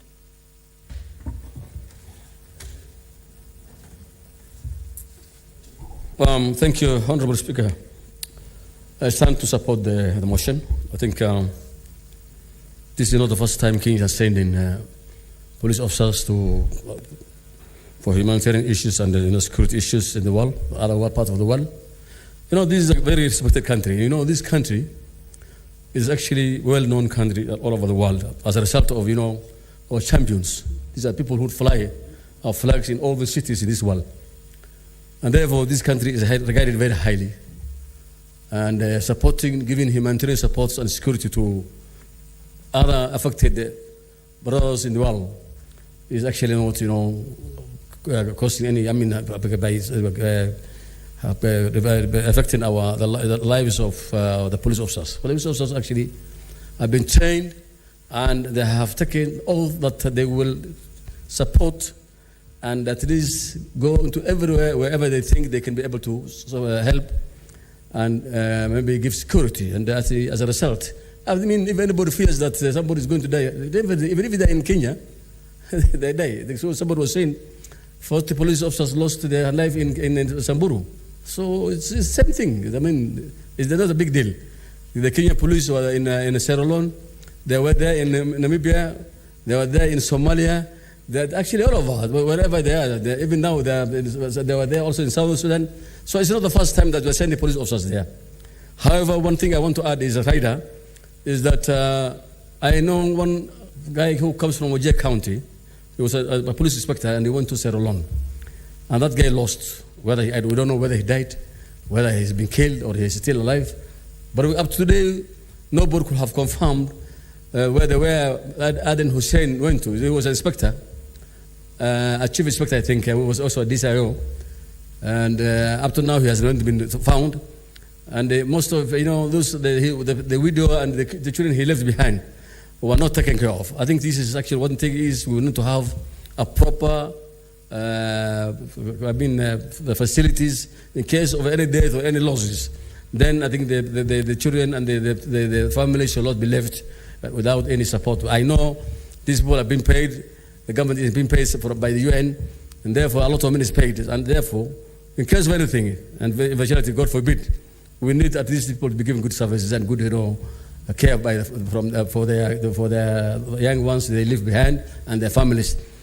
One other thing is actually, I know, all of us here, we know that we're leaders, and whenever there's a mission outside, like the military and the police, they come, most of us come to you and tell you, oh, I want these people to, lastly, Senator Okoiti Omtata. Mr. Speaker, sir, thank you for the brief opportunity. I stand to oppose the motion.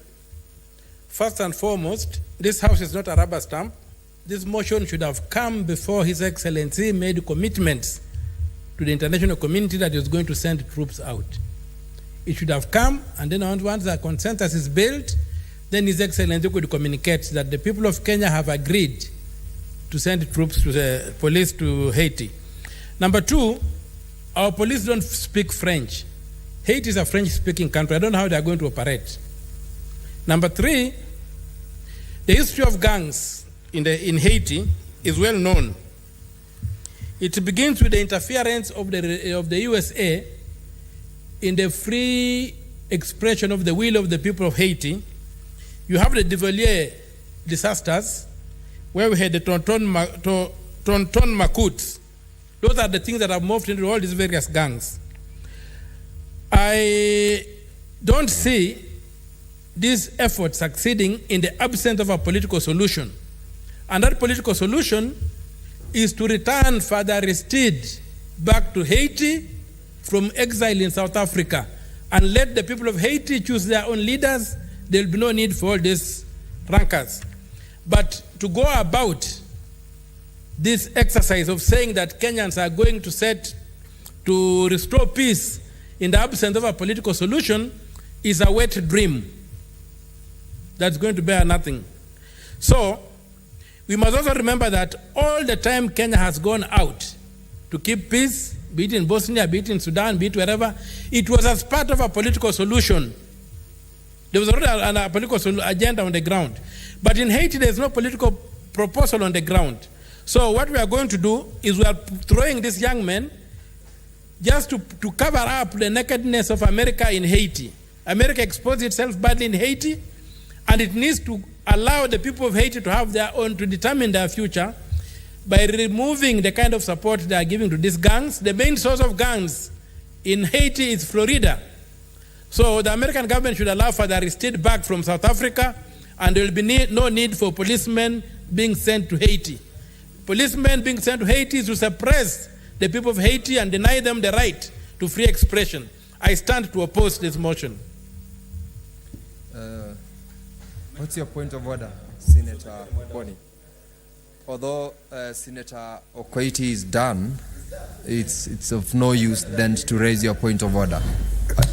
I would like to call the mover to respond, there being no other member to contribute to this.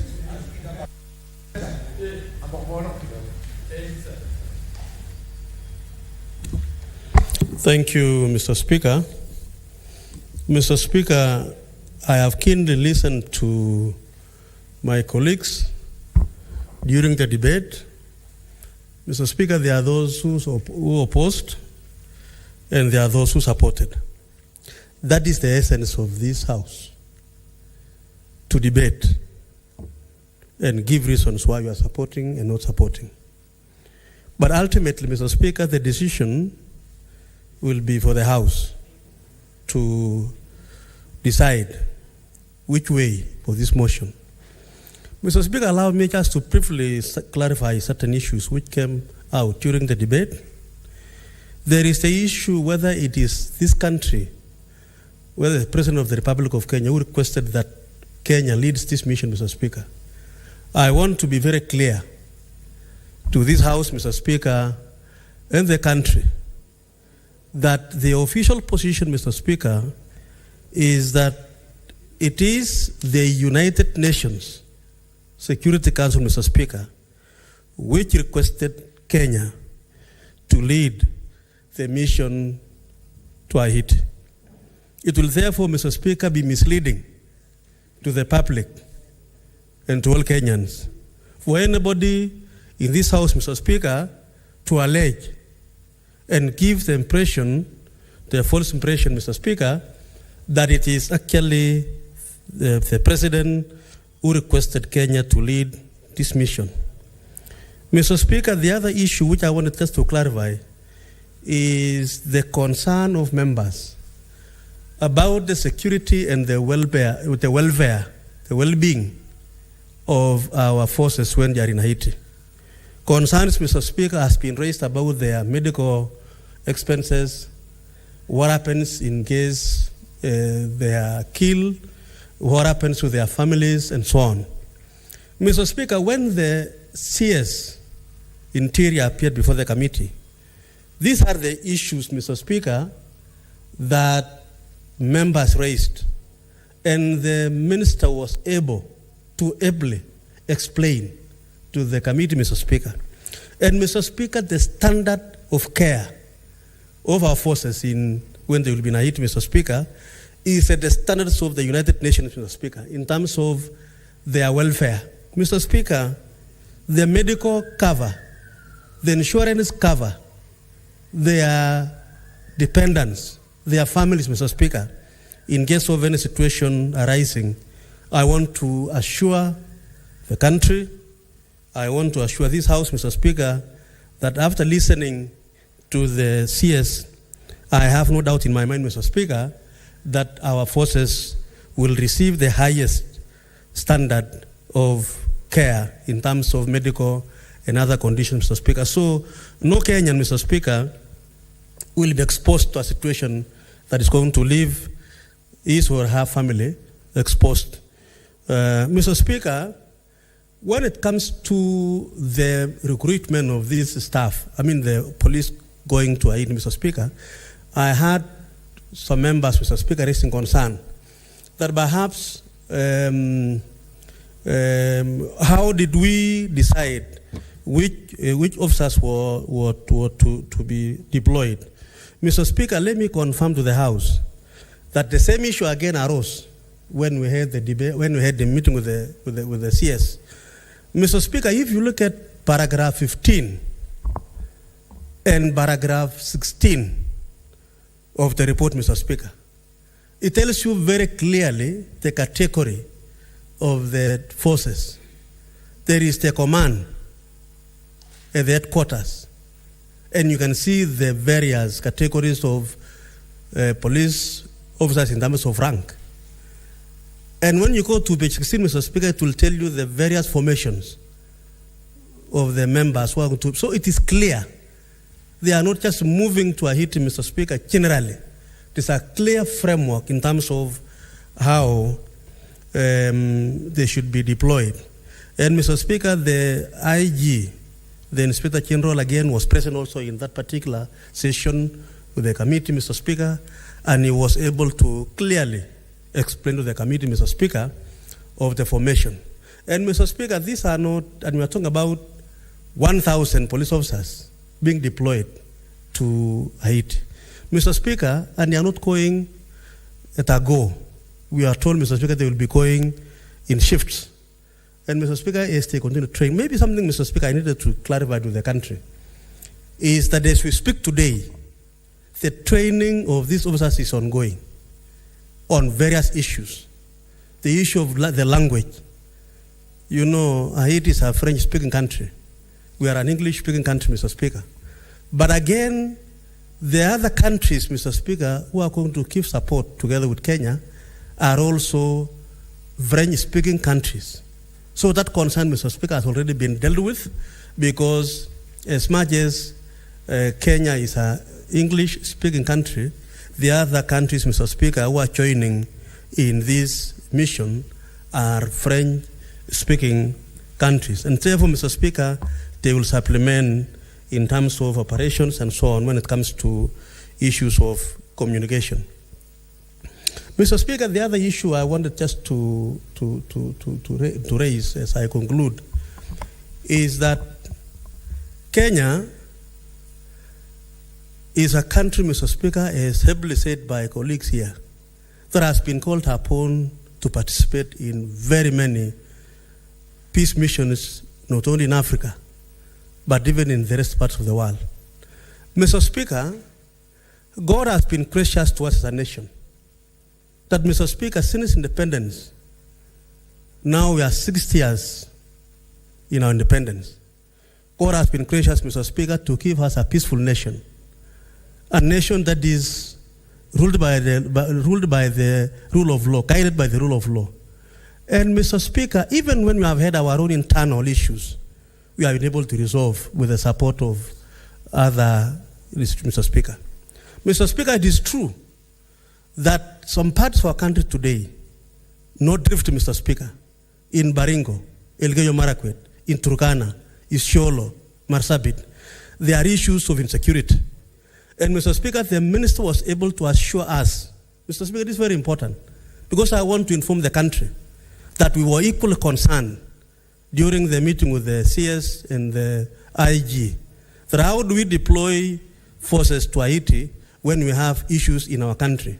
And they were able to confirm to the committee, Mr. Speaker, and we are satisfied that this will not in any way undermine, prejudice the security of our nation internally.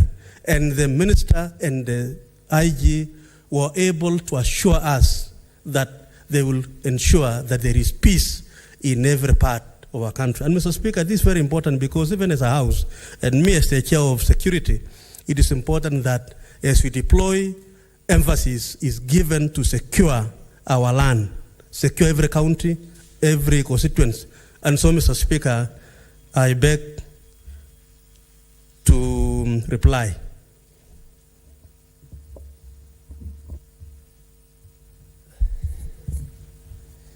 Honorable Senators, I make a determination pursuant to Standing Order 84-1 that this matter does not affect counties.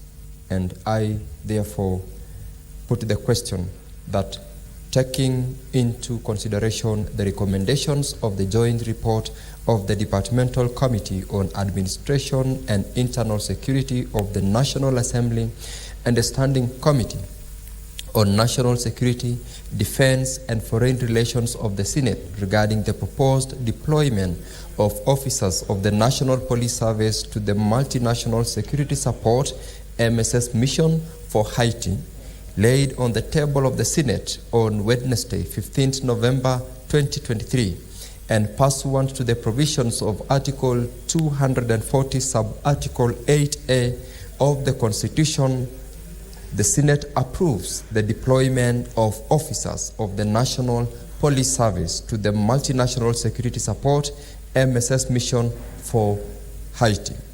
Will as many as of that opinion say aye? Aye. Will as many as of a contrary opinion say nay? The ayes have it.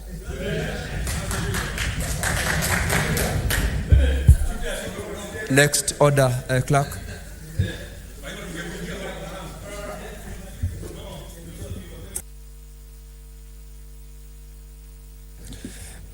Honorable members, we will defer order number 9 to number 16 for want of numbers to our next sitting because all are going for division.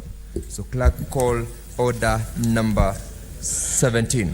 Order number 17, the Care and Protection of Child Parents Bill, Senate Bills number 29 of 2023, second reading, reply by the mover. Senator Miraj. Miraj, reply.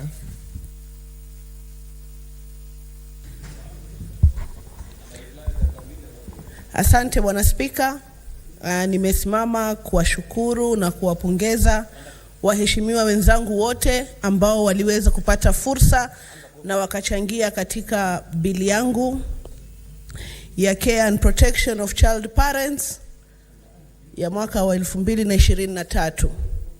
Na ningependa kuwajulisha ya kwamba nilikuwa hapa nikisikiza na nimenukuu yale ambayo walipendekeza niweze kuyarekebisha katika mswada wangu, na nawahakikishia hapa ya kwamba kama sponsor wa hiyo bill nitarudi katika meza ya mviringo na wale ambao walinisaidia ili tuweze kuiboresha na iweze kusaidia wale watoto ambao wako na watoto waweze kurudi shule, wapate haki yao ya kikatiba ya elimu, pamoja na wale watoto ambao watawazaa waweze kuangaliwa na kupata ile care ambayo inahitajika. Kwa hivyo basi, Mr. Speaker, sir, pursuant to Standing Order 66.3, I request that you defer the putting of the question to a later date. Thank you.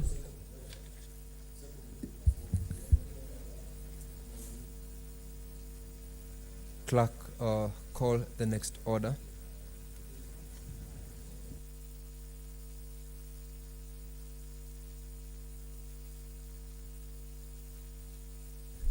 Senator Miraj, while you are replying, I was hoping that you would comply with the provisions of 92. You began in Swahili, you closed in English. Next time, ensure that you do comply with that particular standing order. As per your request under the Standing Order 66.3, this is deferred to the next session for purposes of progress of your bill. Clerk, move the next order. Order number 18, the Prevention of Livestock and Produce Theft Bill, Senate Bills number 12 of 2023, second reading, resumption of debate interrupted on Thursday, 2nd November 2023. Honorable members, this one is also deferred to the next sitting. Call the next order. Order number 19, the Coffee Bill, Senate Bills number 10 of 2023, second reading. Chairperson, Agriculture Committee, proceed. Asante, Mstahiki Spika, niko hapa kuwasilisha mswada wa kahawa wa mwaka 2023 ambao nimeudhamini kwa ajili ya wakulima wote wa kahawa nchini. Mstahiki Spika, kahawa ndio bidhaa ya pili kuuzwa duniani, kushindwa mafuta ndio ya kwanza, kahawa ndio ya pili. Lakini Mstahiki Spika, kwa muda mrefu sana wakulima wa kahawa wamekuwa na shinda mingi kwa sababu ya wakiritimba ambao wameweza kuwa nafaidika kutoka na zao la kahawa. Bali imefika kwamba mkulima anapopeleka kahawa katika kiwanda cha kusagia kahawa, mwisho wake unafika hapo. Inapelekwa kwa wale wanajiita millers, kutoka hapo kuna wale wanajiita agents, marketers, brokers. Alafu kabla haijafika katika soko kuu ya kahawa NC, Nairobi Coffee Exchange, Mstahiki Speaker, mkulima hawezi kujua bei yake ya kahawa ambayo anafaa kununuliwa kahawa. Mstahiki Speaker, kahawa, majani chai na bidhaa zinginezo Kenya ndizo tu baadhi ya mazao ambayo hata inapelekangwa sokoni na mkulima bila kujua bei yake ni pesa ngapi. Bei ya kahawa kwa muda mrefu imekuwa ikitolewa na wanunuzi. Hiyo ni kusema ya kwamba wakulima hawajaweza kupata bei nzuri ambayo ingesimamia ukuzaji wa kahawa na kuweza kugharamia pembejeo na vitu zinginezo ambazo zinatumika kwa kahawa. Mstahiki Spika, kabla sinja kuja kudhamini mswada wa kahawa, nilikuwa nimetembea katika nchi Amerika na nikakutana na kahawa ambayo ilikuwa inauzwa ya kiwanda moja kutoka kule Kirinyaga inaitwa Rungeto. Mstahiki Spika, bei ya kahawa hiyo ilikuwa rombo ilikuwa ni takriban $8. Kwa hesabu na takwimu ambayo nilifanya wakati huo, nikisema ukweli ni kwamba ile kahawa kilo moja ilikuwa inanunuliwa zaidi ya shilingi 9,800. Mstahiki Spika, wakulima Rungeto mwaka huo walilipwa kwa kilo moja shilingi 100. Ukiangalia ile bei mkulima alilipwa pesa na ile pesa ambayo ile kahawa ilinunuliwa, unaona ya kwamba fika ya kwamba wakulima wa Kenya wamekuwa wakinyanyaswa sana na wanafanya kazi ngumu ambayo inaitwa na Waswahili kazi ya msaragambo, na baada ya kufanya hiyo kazi yote wale wakulima wafaidiki. Mstahiki Spika, kahawa ni moja wapo bidhaa ambayo inauzwa kupitia vyama vya ushirika, na hivyo ni kusema ya kwamba kuna mpangilio maalum ambao unatumika katika ukuzi na uzaji wa kahawa. Lakini tuligundua ya kwamba wale ambao wanajiita millers wenye wanasaka kahawa bado ndo wanabadilisha koti, wanajiita agents wenye watasimamia mambo ya kuuza kahawa. Wale ndo wanakuanga mabroker wa kahawa, na katika hiyo kisungumkuti mkulima anapoteza pesa zake. Kwa hivyo Mstahiki Spika, katika huu mswada ambao tumewashirisha katika hii bunge la Seneti, kuna mambo ambayo tunaleta. Moja inaitwa DSS, ambayo kwa kimombo anaita Direct Settlement System, ambayo pesa ambayo itakuwa inakusanywa, inapokelewa kutoka uuzaji wa kahawa itakuwa inaenda moja kwa moja kwa mkulima, ili kuondoa wale wakiritimba, watu wengi wako hapo katikati ambao wanapangia pesa ya mkulima pasipo kumhusisha mkulima. Jambo la pili ambao kuna warehouse receipt system, usimamizi wa kahawa katika maghala inapochunwa na kupelekwa, ili kuhakikisha kwamba unapopata mnunuzi wa kahawa ama hata kama ametoka nje, lazima kutakuwa na idhini na makaratasi ambayo itasainiwa na mkulima kuhakikisha kwamba amekubaliana na bei ya kahawa na vile vile amekubali kwamba kahawa yake iuzwe. Katika huu mswada tumepeana njia mbili za kuuza kahawa. Unaweza washirisha kahawa yako katika soko la kahawa la Nairobi Coffee Exchange, na vile vile unaweza uza kahawa yako moja kwa moja katika nchi za ng'ambo. Mstahiki Spika, katika uuzaji wa kahawa katika njia zote mbili, pesa itambidi ipitie mtambo wa moja kwa moja ambao unaitwa Direct Settlement System. Mstahiki Spika, nilikuwa na bahati ya kutembelea nchi ya Colombia wakati nilikuwa tunafanya huu mswada, na tukaenda tukaona venye mafanikio yaliyoko katika nchi ile, ikiwa mambo ya uzanji, usalishaji wa kahawa utazingatiwa. Mstahiki Spika, pale Colombia tulipata ya kwamba katika wale maofisa ambao wanaangalia ukulima bora, extension officers, Colombia eneo la Pereira peke yake wako na wale researcher pia, kama kwa sababu katika ile mswada kuna CRI, Coffee Research Institute, yao iko na watu ambao wako na PhD, watu zaidi ya 100, wako na zaidi ya aina 400 ya kahawa. Hapa Kenya tu nitafikisha 10. Wameendelea kiasi ya kwamba wanaweza kukuzalishia kahawa, miche ya kahawa ambayo inalingana na urefu wako, ili usiwe na shida wakati unaenda kuchuna ile kahawa. Na sisi ndio tufike pale, ndio maana tukaleta pia tuwe na CRI na kuondoa kahawa chini ya afa, kwa sababu wakati kahawa, majani chai na mazao mengine yaliwekwa chini ya afa, hapo ndipo tulifanya makosa kubwa na mazao mengi na mimea mingi ikaanza kudidimia. Kwa kuiondoa katika kuwa chini ya afa, Mstahiki Spika, tumeiweka chini ya Coffee Board of Kenya, mahali ilikuwa zamani CBK, ili kahawa iweze kupewa, iweze kuangaliwa vizuri venye inaistahika, kwa sababu kwa sasa imewekwa katika kikundi moja na ndania, kalela, mchicha na vitu kama hizo, na hiyo ni kusema kwamba chini ya afa hawanja angalia vizuri kahawa. Mstahiki Spika, Mstahiki Spika,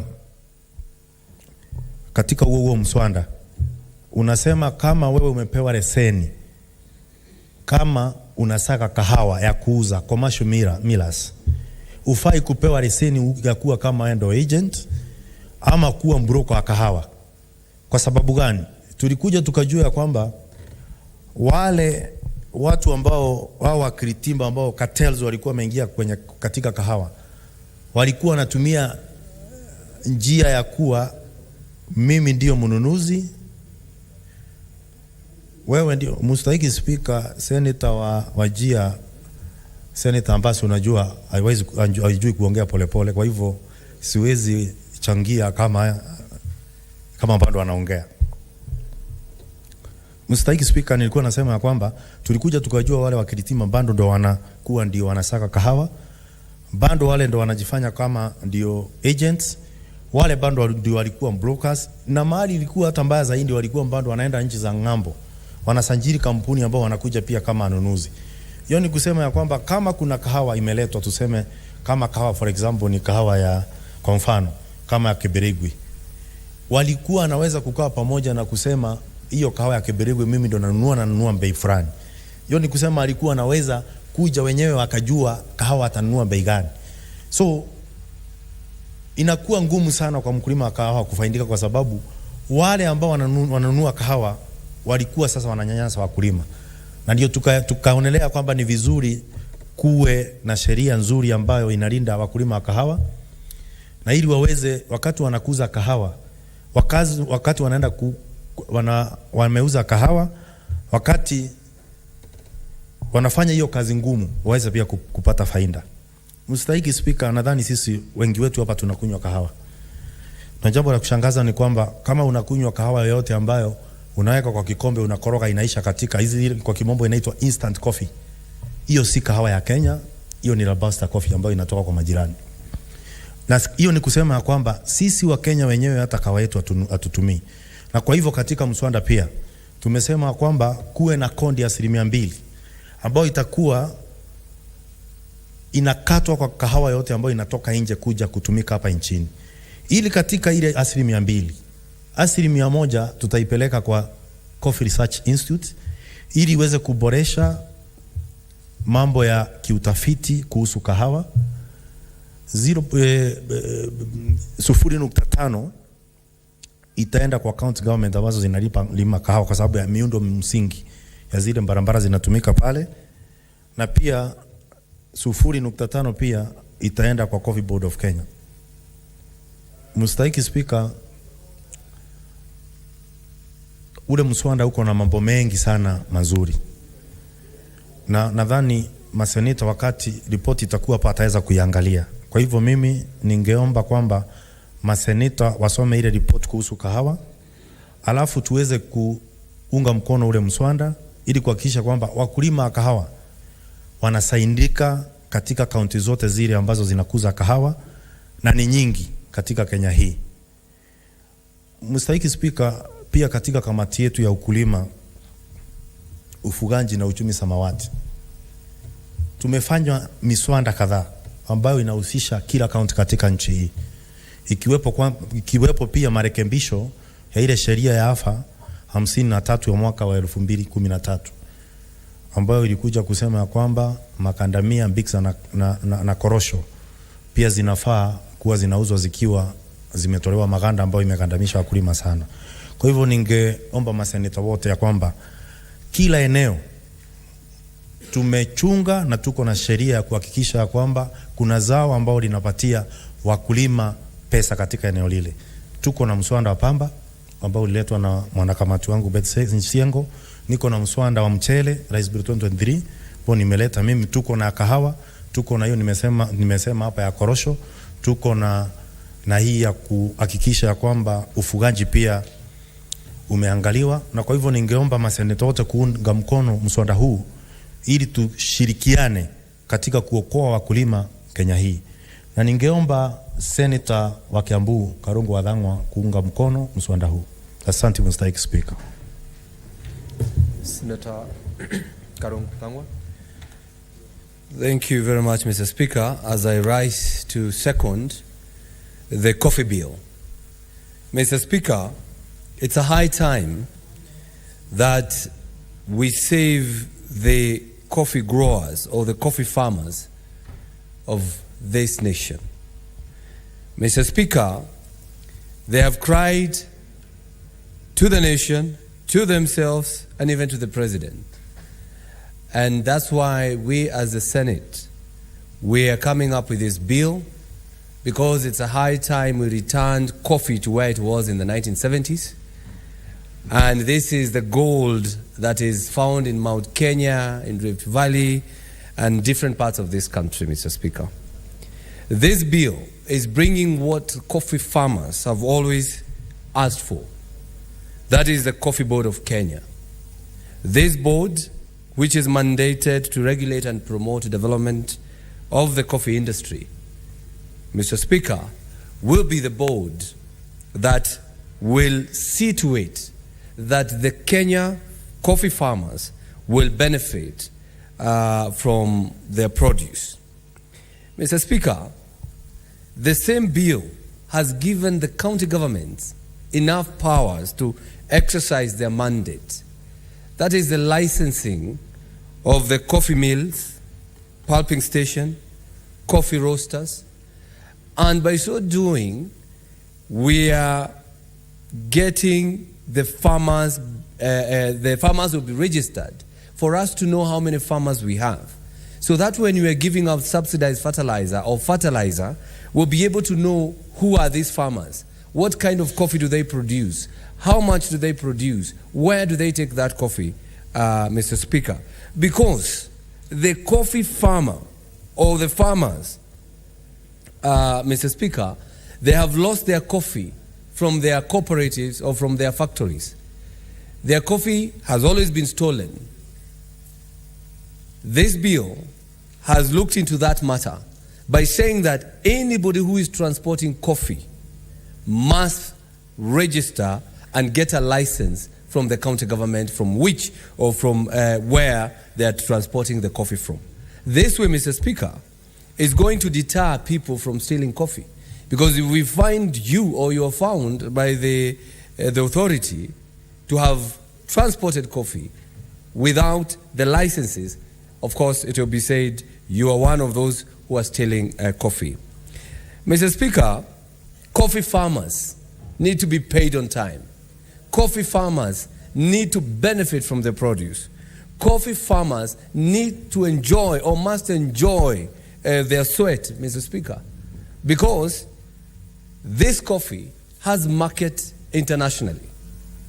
Countries all over the world buy coffee from Kenya. But before this coffee goes to those countries, it must pass through some certain brokers or what people call cartels, Mr. Speaker.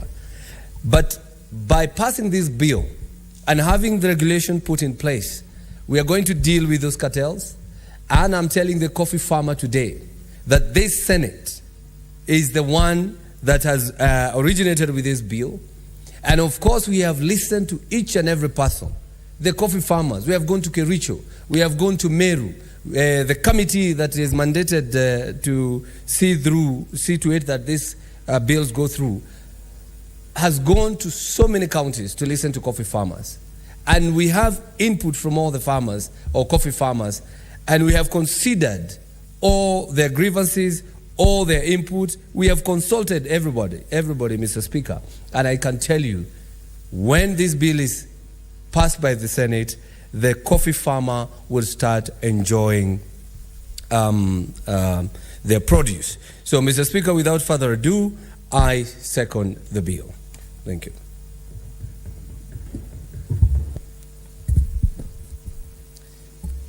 Honorable Senators, I now propose the question that the coffee bill, Senate Bills number 10 of 2023, be now read a second time.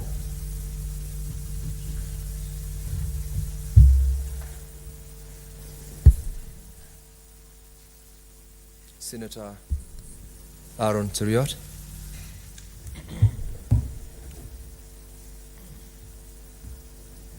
Thank you, Mr. Speaker. Mr. Speaker, I rise to join my colleagues, Senator Karungo Dhangwa of Kirinyaga, and Senator of Kiambu, and Senator Murango of Kirinyaga, who have proposed and seconded this very important bill. I spoke earlier in this House, Mr. Speaker, and I was giving majority leader's statement for the week, and I said it will be a great travesty of justice if, as a House, we proceed on recess without concluding on the tea bill sponsored by yours truly, Mr. Speaker, this coffee bill that has been brought by the Agriculture Committee, there's a sugar bill, I think, sponsored by the Senator for Bungoma, and equalization fund bill, about 6 or 7 bills that have got the chance, Mr. Speaker, to provide great resources to the people of Kenya. Yet, on many afternoons, Mr. Speaker, there are many other matters that we consider, but in my humble opinion and submission, Mr. Speaker, these matters ought to be at the very top of it. I say this, Mr. Speaker, because I know what coffee farming can do. I represent coffee farmers in this house. Mr. Speaker, on many occasions I know that have been quite vocal, and in fact on many times part of the criticism that I suffer in my county is when I visit the coffee and the sugar growing areas, because the people that I represent in this house are farmers, Mr. Speaker, of largely tea, but also to a greater extent sugarcane and coffee. And on many times, Mr. Speaker, when I visit those regions, I find them ready to take on me and say, Mr. Senator, we don't hear you as vocal on coffee. We don't hear you as vocal on sugar as you are on tea. And therefore, this grants me at least the perfect excuse and opportunity, Mr. Speaker, to look at them and, of course, piggyback on the very good work that has been done by the Agriculture Committee, Mr. Speaker, of providing a route through which our coffee farmers, Mr. Speaker, can begin to enjoy the sweat of their brow and get better earnings. Mr. Speaker, you know for a fact that it has been argued, and I agree with economists who have said that so long as Africa continues to try to bypass the agrarian revolution period, we shall never attain meaningful development, Mr. Speaker. That this is a stage which, while the rest of the world, Europe and the Americas, cross this particular stage, where you organize agriculture in such a way that it has meaning, that it can provide proper employment, Mr. Speaker, that it gets to a point where those that draw their livelihood from farming practices, Mr. Speaker, can comfortably predict and plan their life, because you have set up systems, you have put in place cooperatives, you have put in place milling plants, Mr. Speaker, and you have put in place mechanisms as an administration and even as a country, Mr. Speaker, to be able to produce, Mr. Speaker, at a good price, and eventually even, Mr. Speaker, sell it and market at a good price eventually, Mr. Speaker. I am proud of this particular bill, Mr. Speaker, particularly on the element of marketing. Because, Mr. Speaker, I can even use the example of tea and sugarcane and so many other crops, Mr. Speaker, that the eventual price, I have never understood, Mr. Speaker, why is it the case that in almost all the crops and almost all agricultural practices, Mr. Speaker, in this country as well as in sub-Saharan Africa, it is so difficult to have the farmer get more than 50% of the earnings of the eventual cost of that particular product at the final retail price, Mr. Speaker. Yet, the farmer does the most difficult job, ensuring that they tend to the crop, they put manure, they prune, they maintain it, they eventually deliver it to the milling site, Mr. Speaker, be it sugarcane, be it coffee, be it tea. But the eventual price, unfortunately, Mr. Speaker, of what our farmers earn, at best, even for a crop that is supposedly does well like tea, I don't know, Senator Mungatana, if you know, that the best any farmer can earn is a maximum of 50%. The eventual price of what that particular product cost, be it in a supermarket here in Kenya or even in overseas, Mr. Speaker, is double what ends up in the pocket of our farmers. This, of course, Mr. Speaker, we've been told is because of a concept called value addition.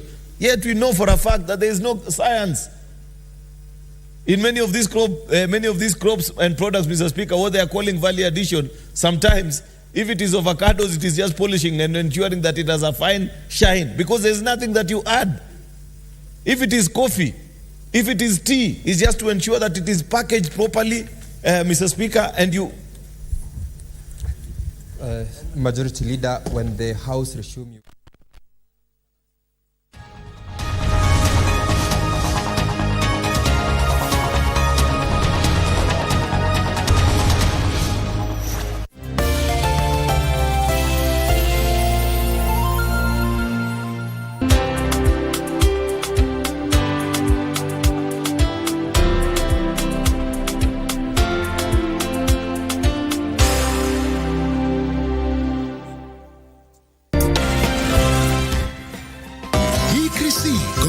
Stream iko mkononi. Shows zinashika, raha ya kila mtu. Relax, kila kitu iko. Movies za ile mudu nadai.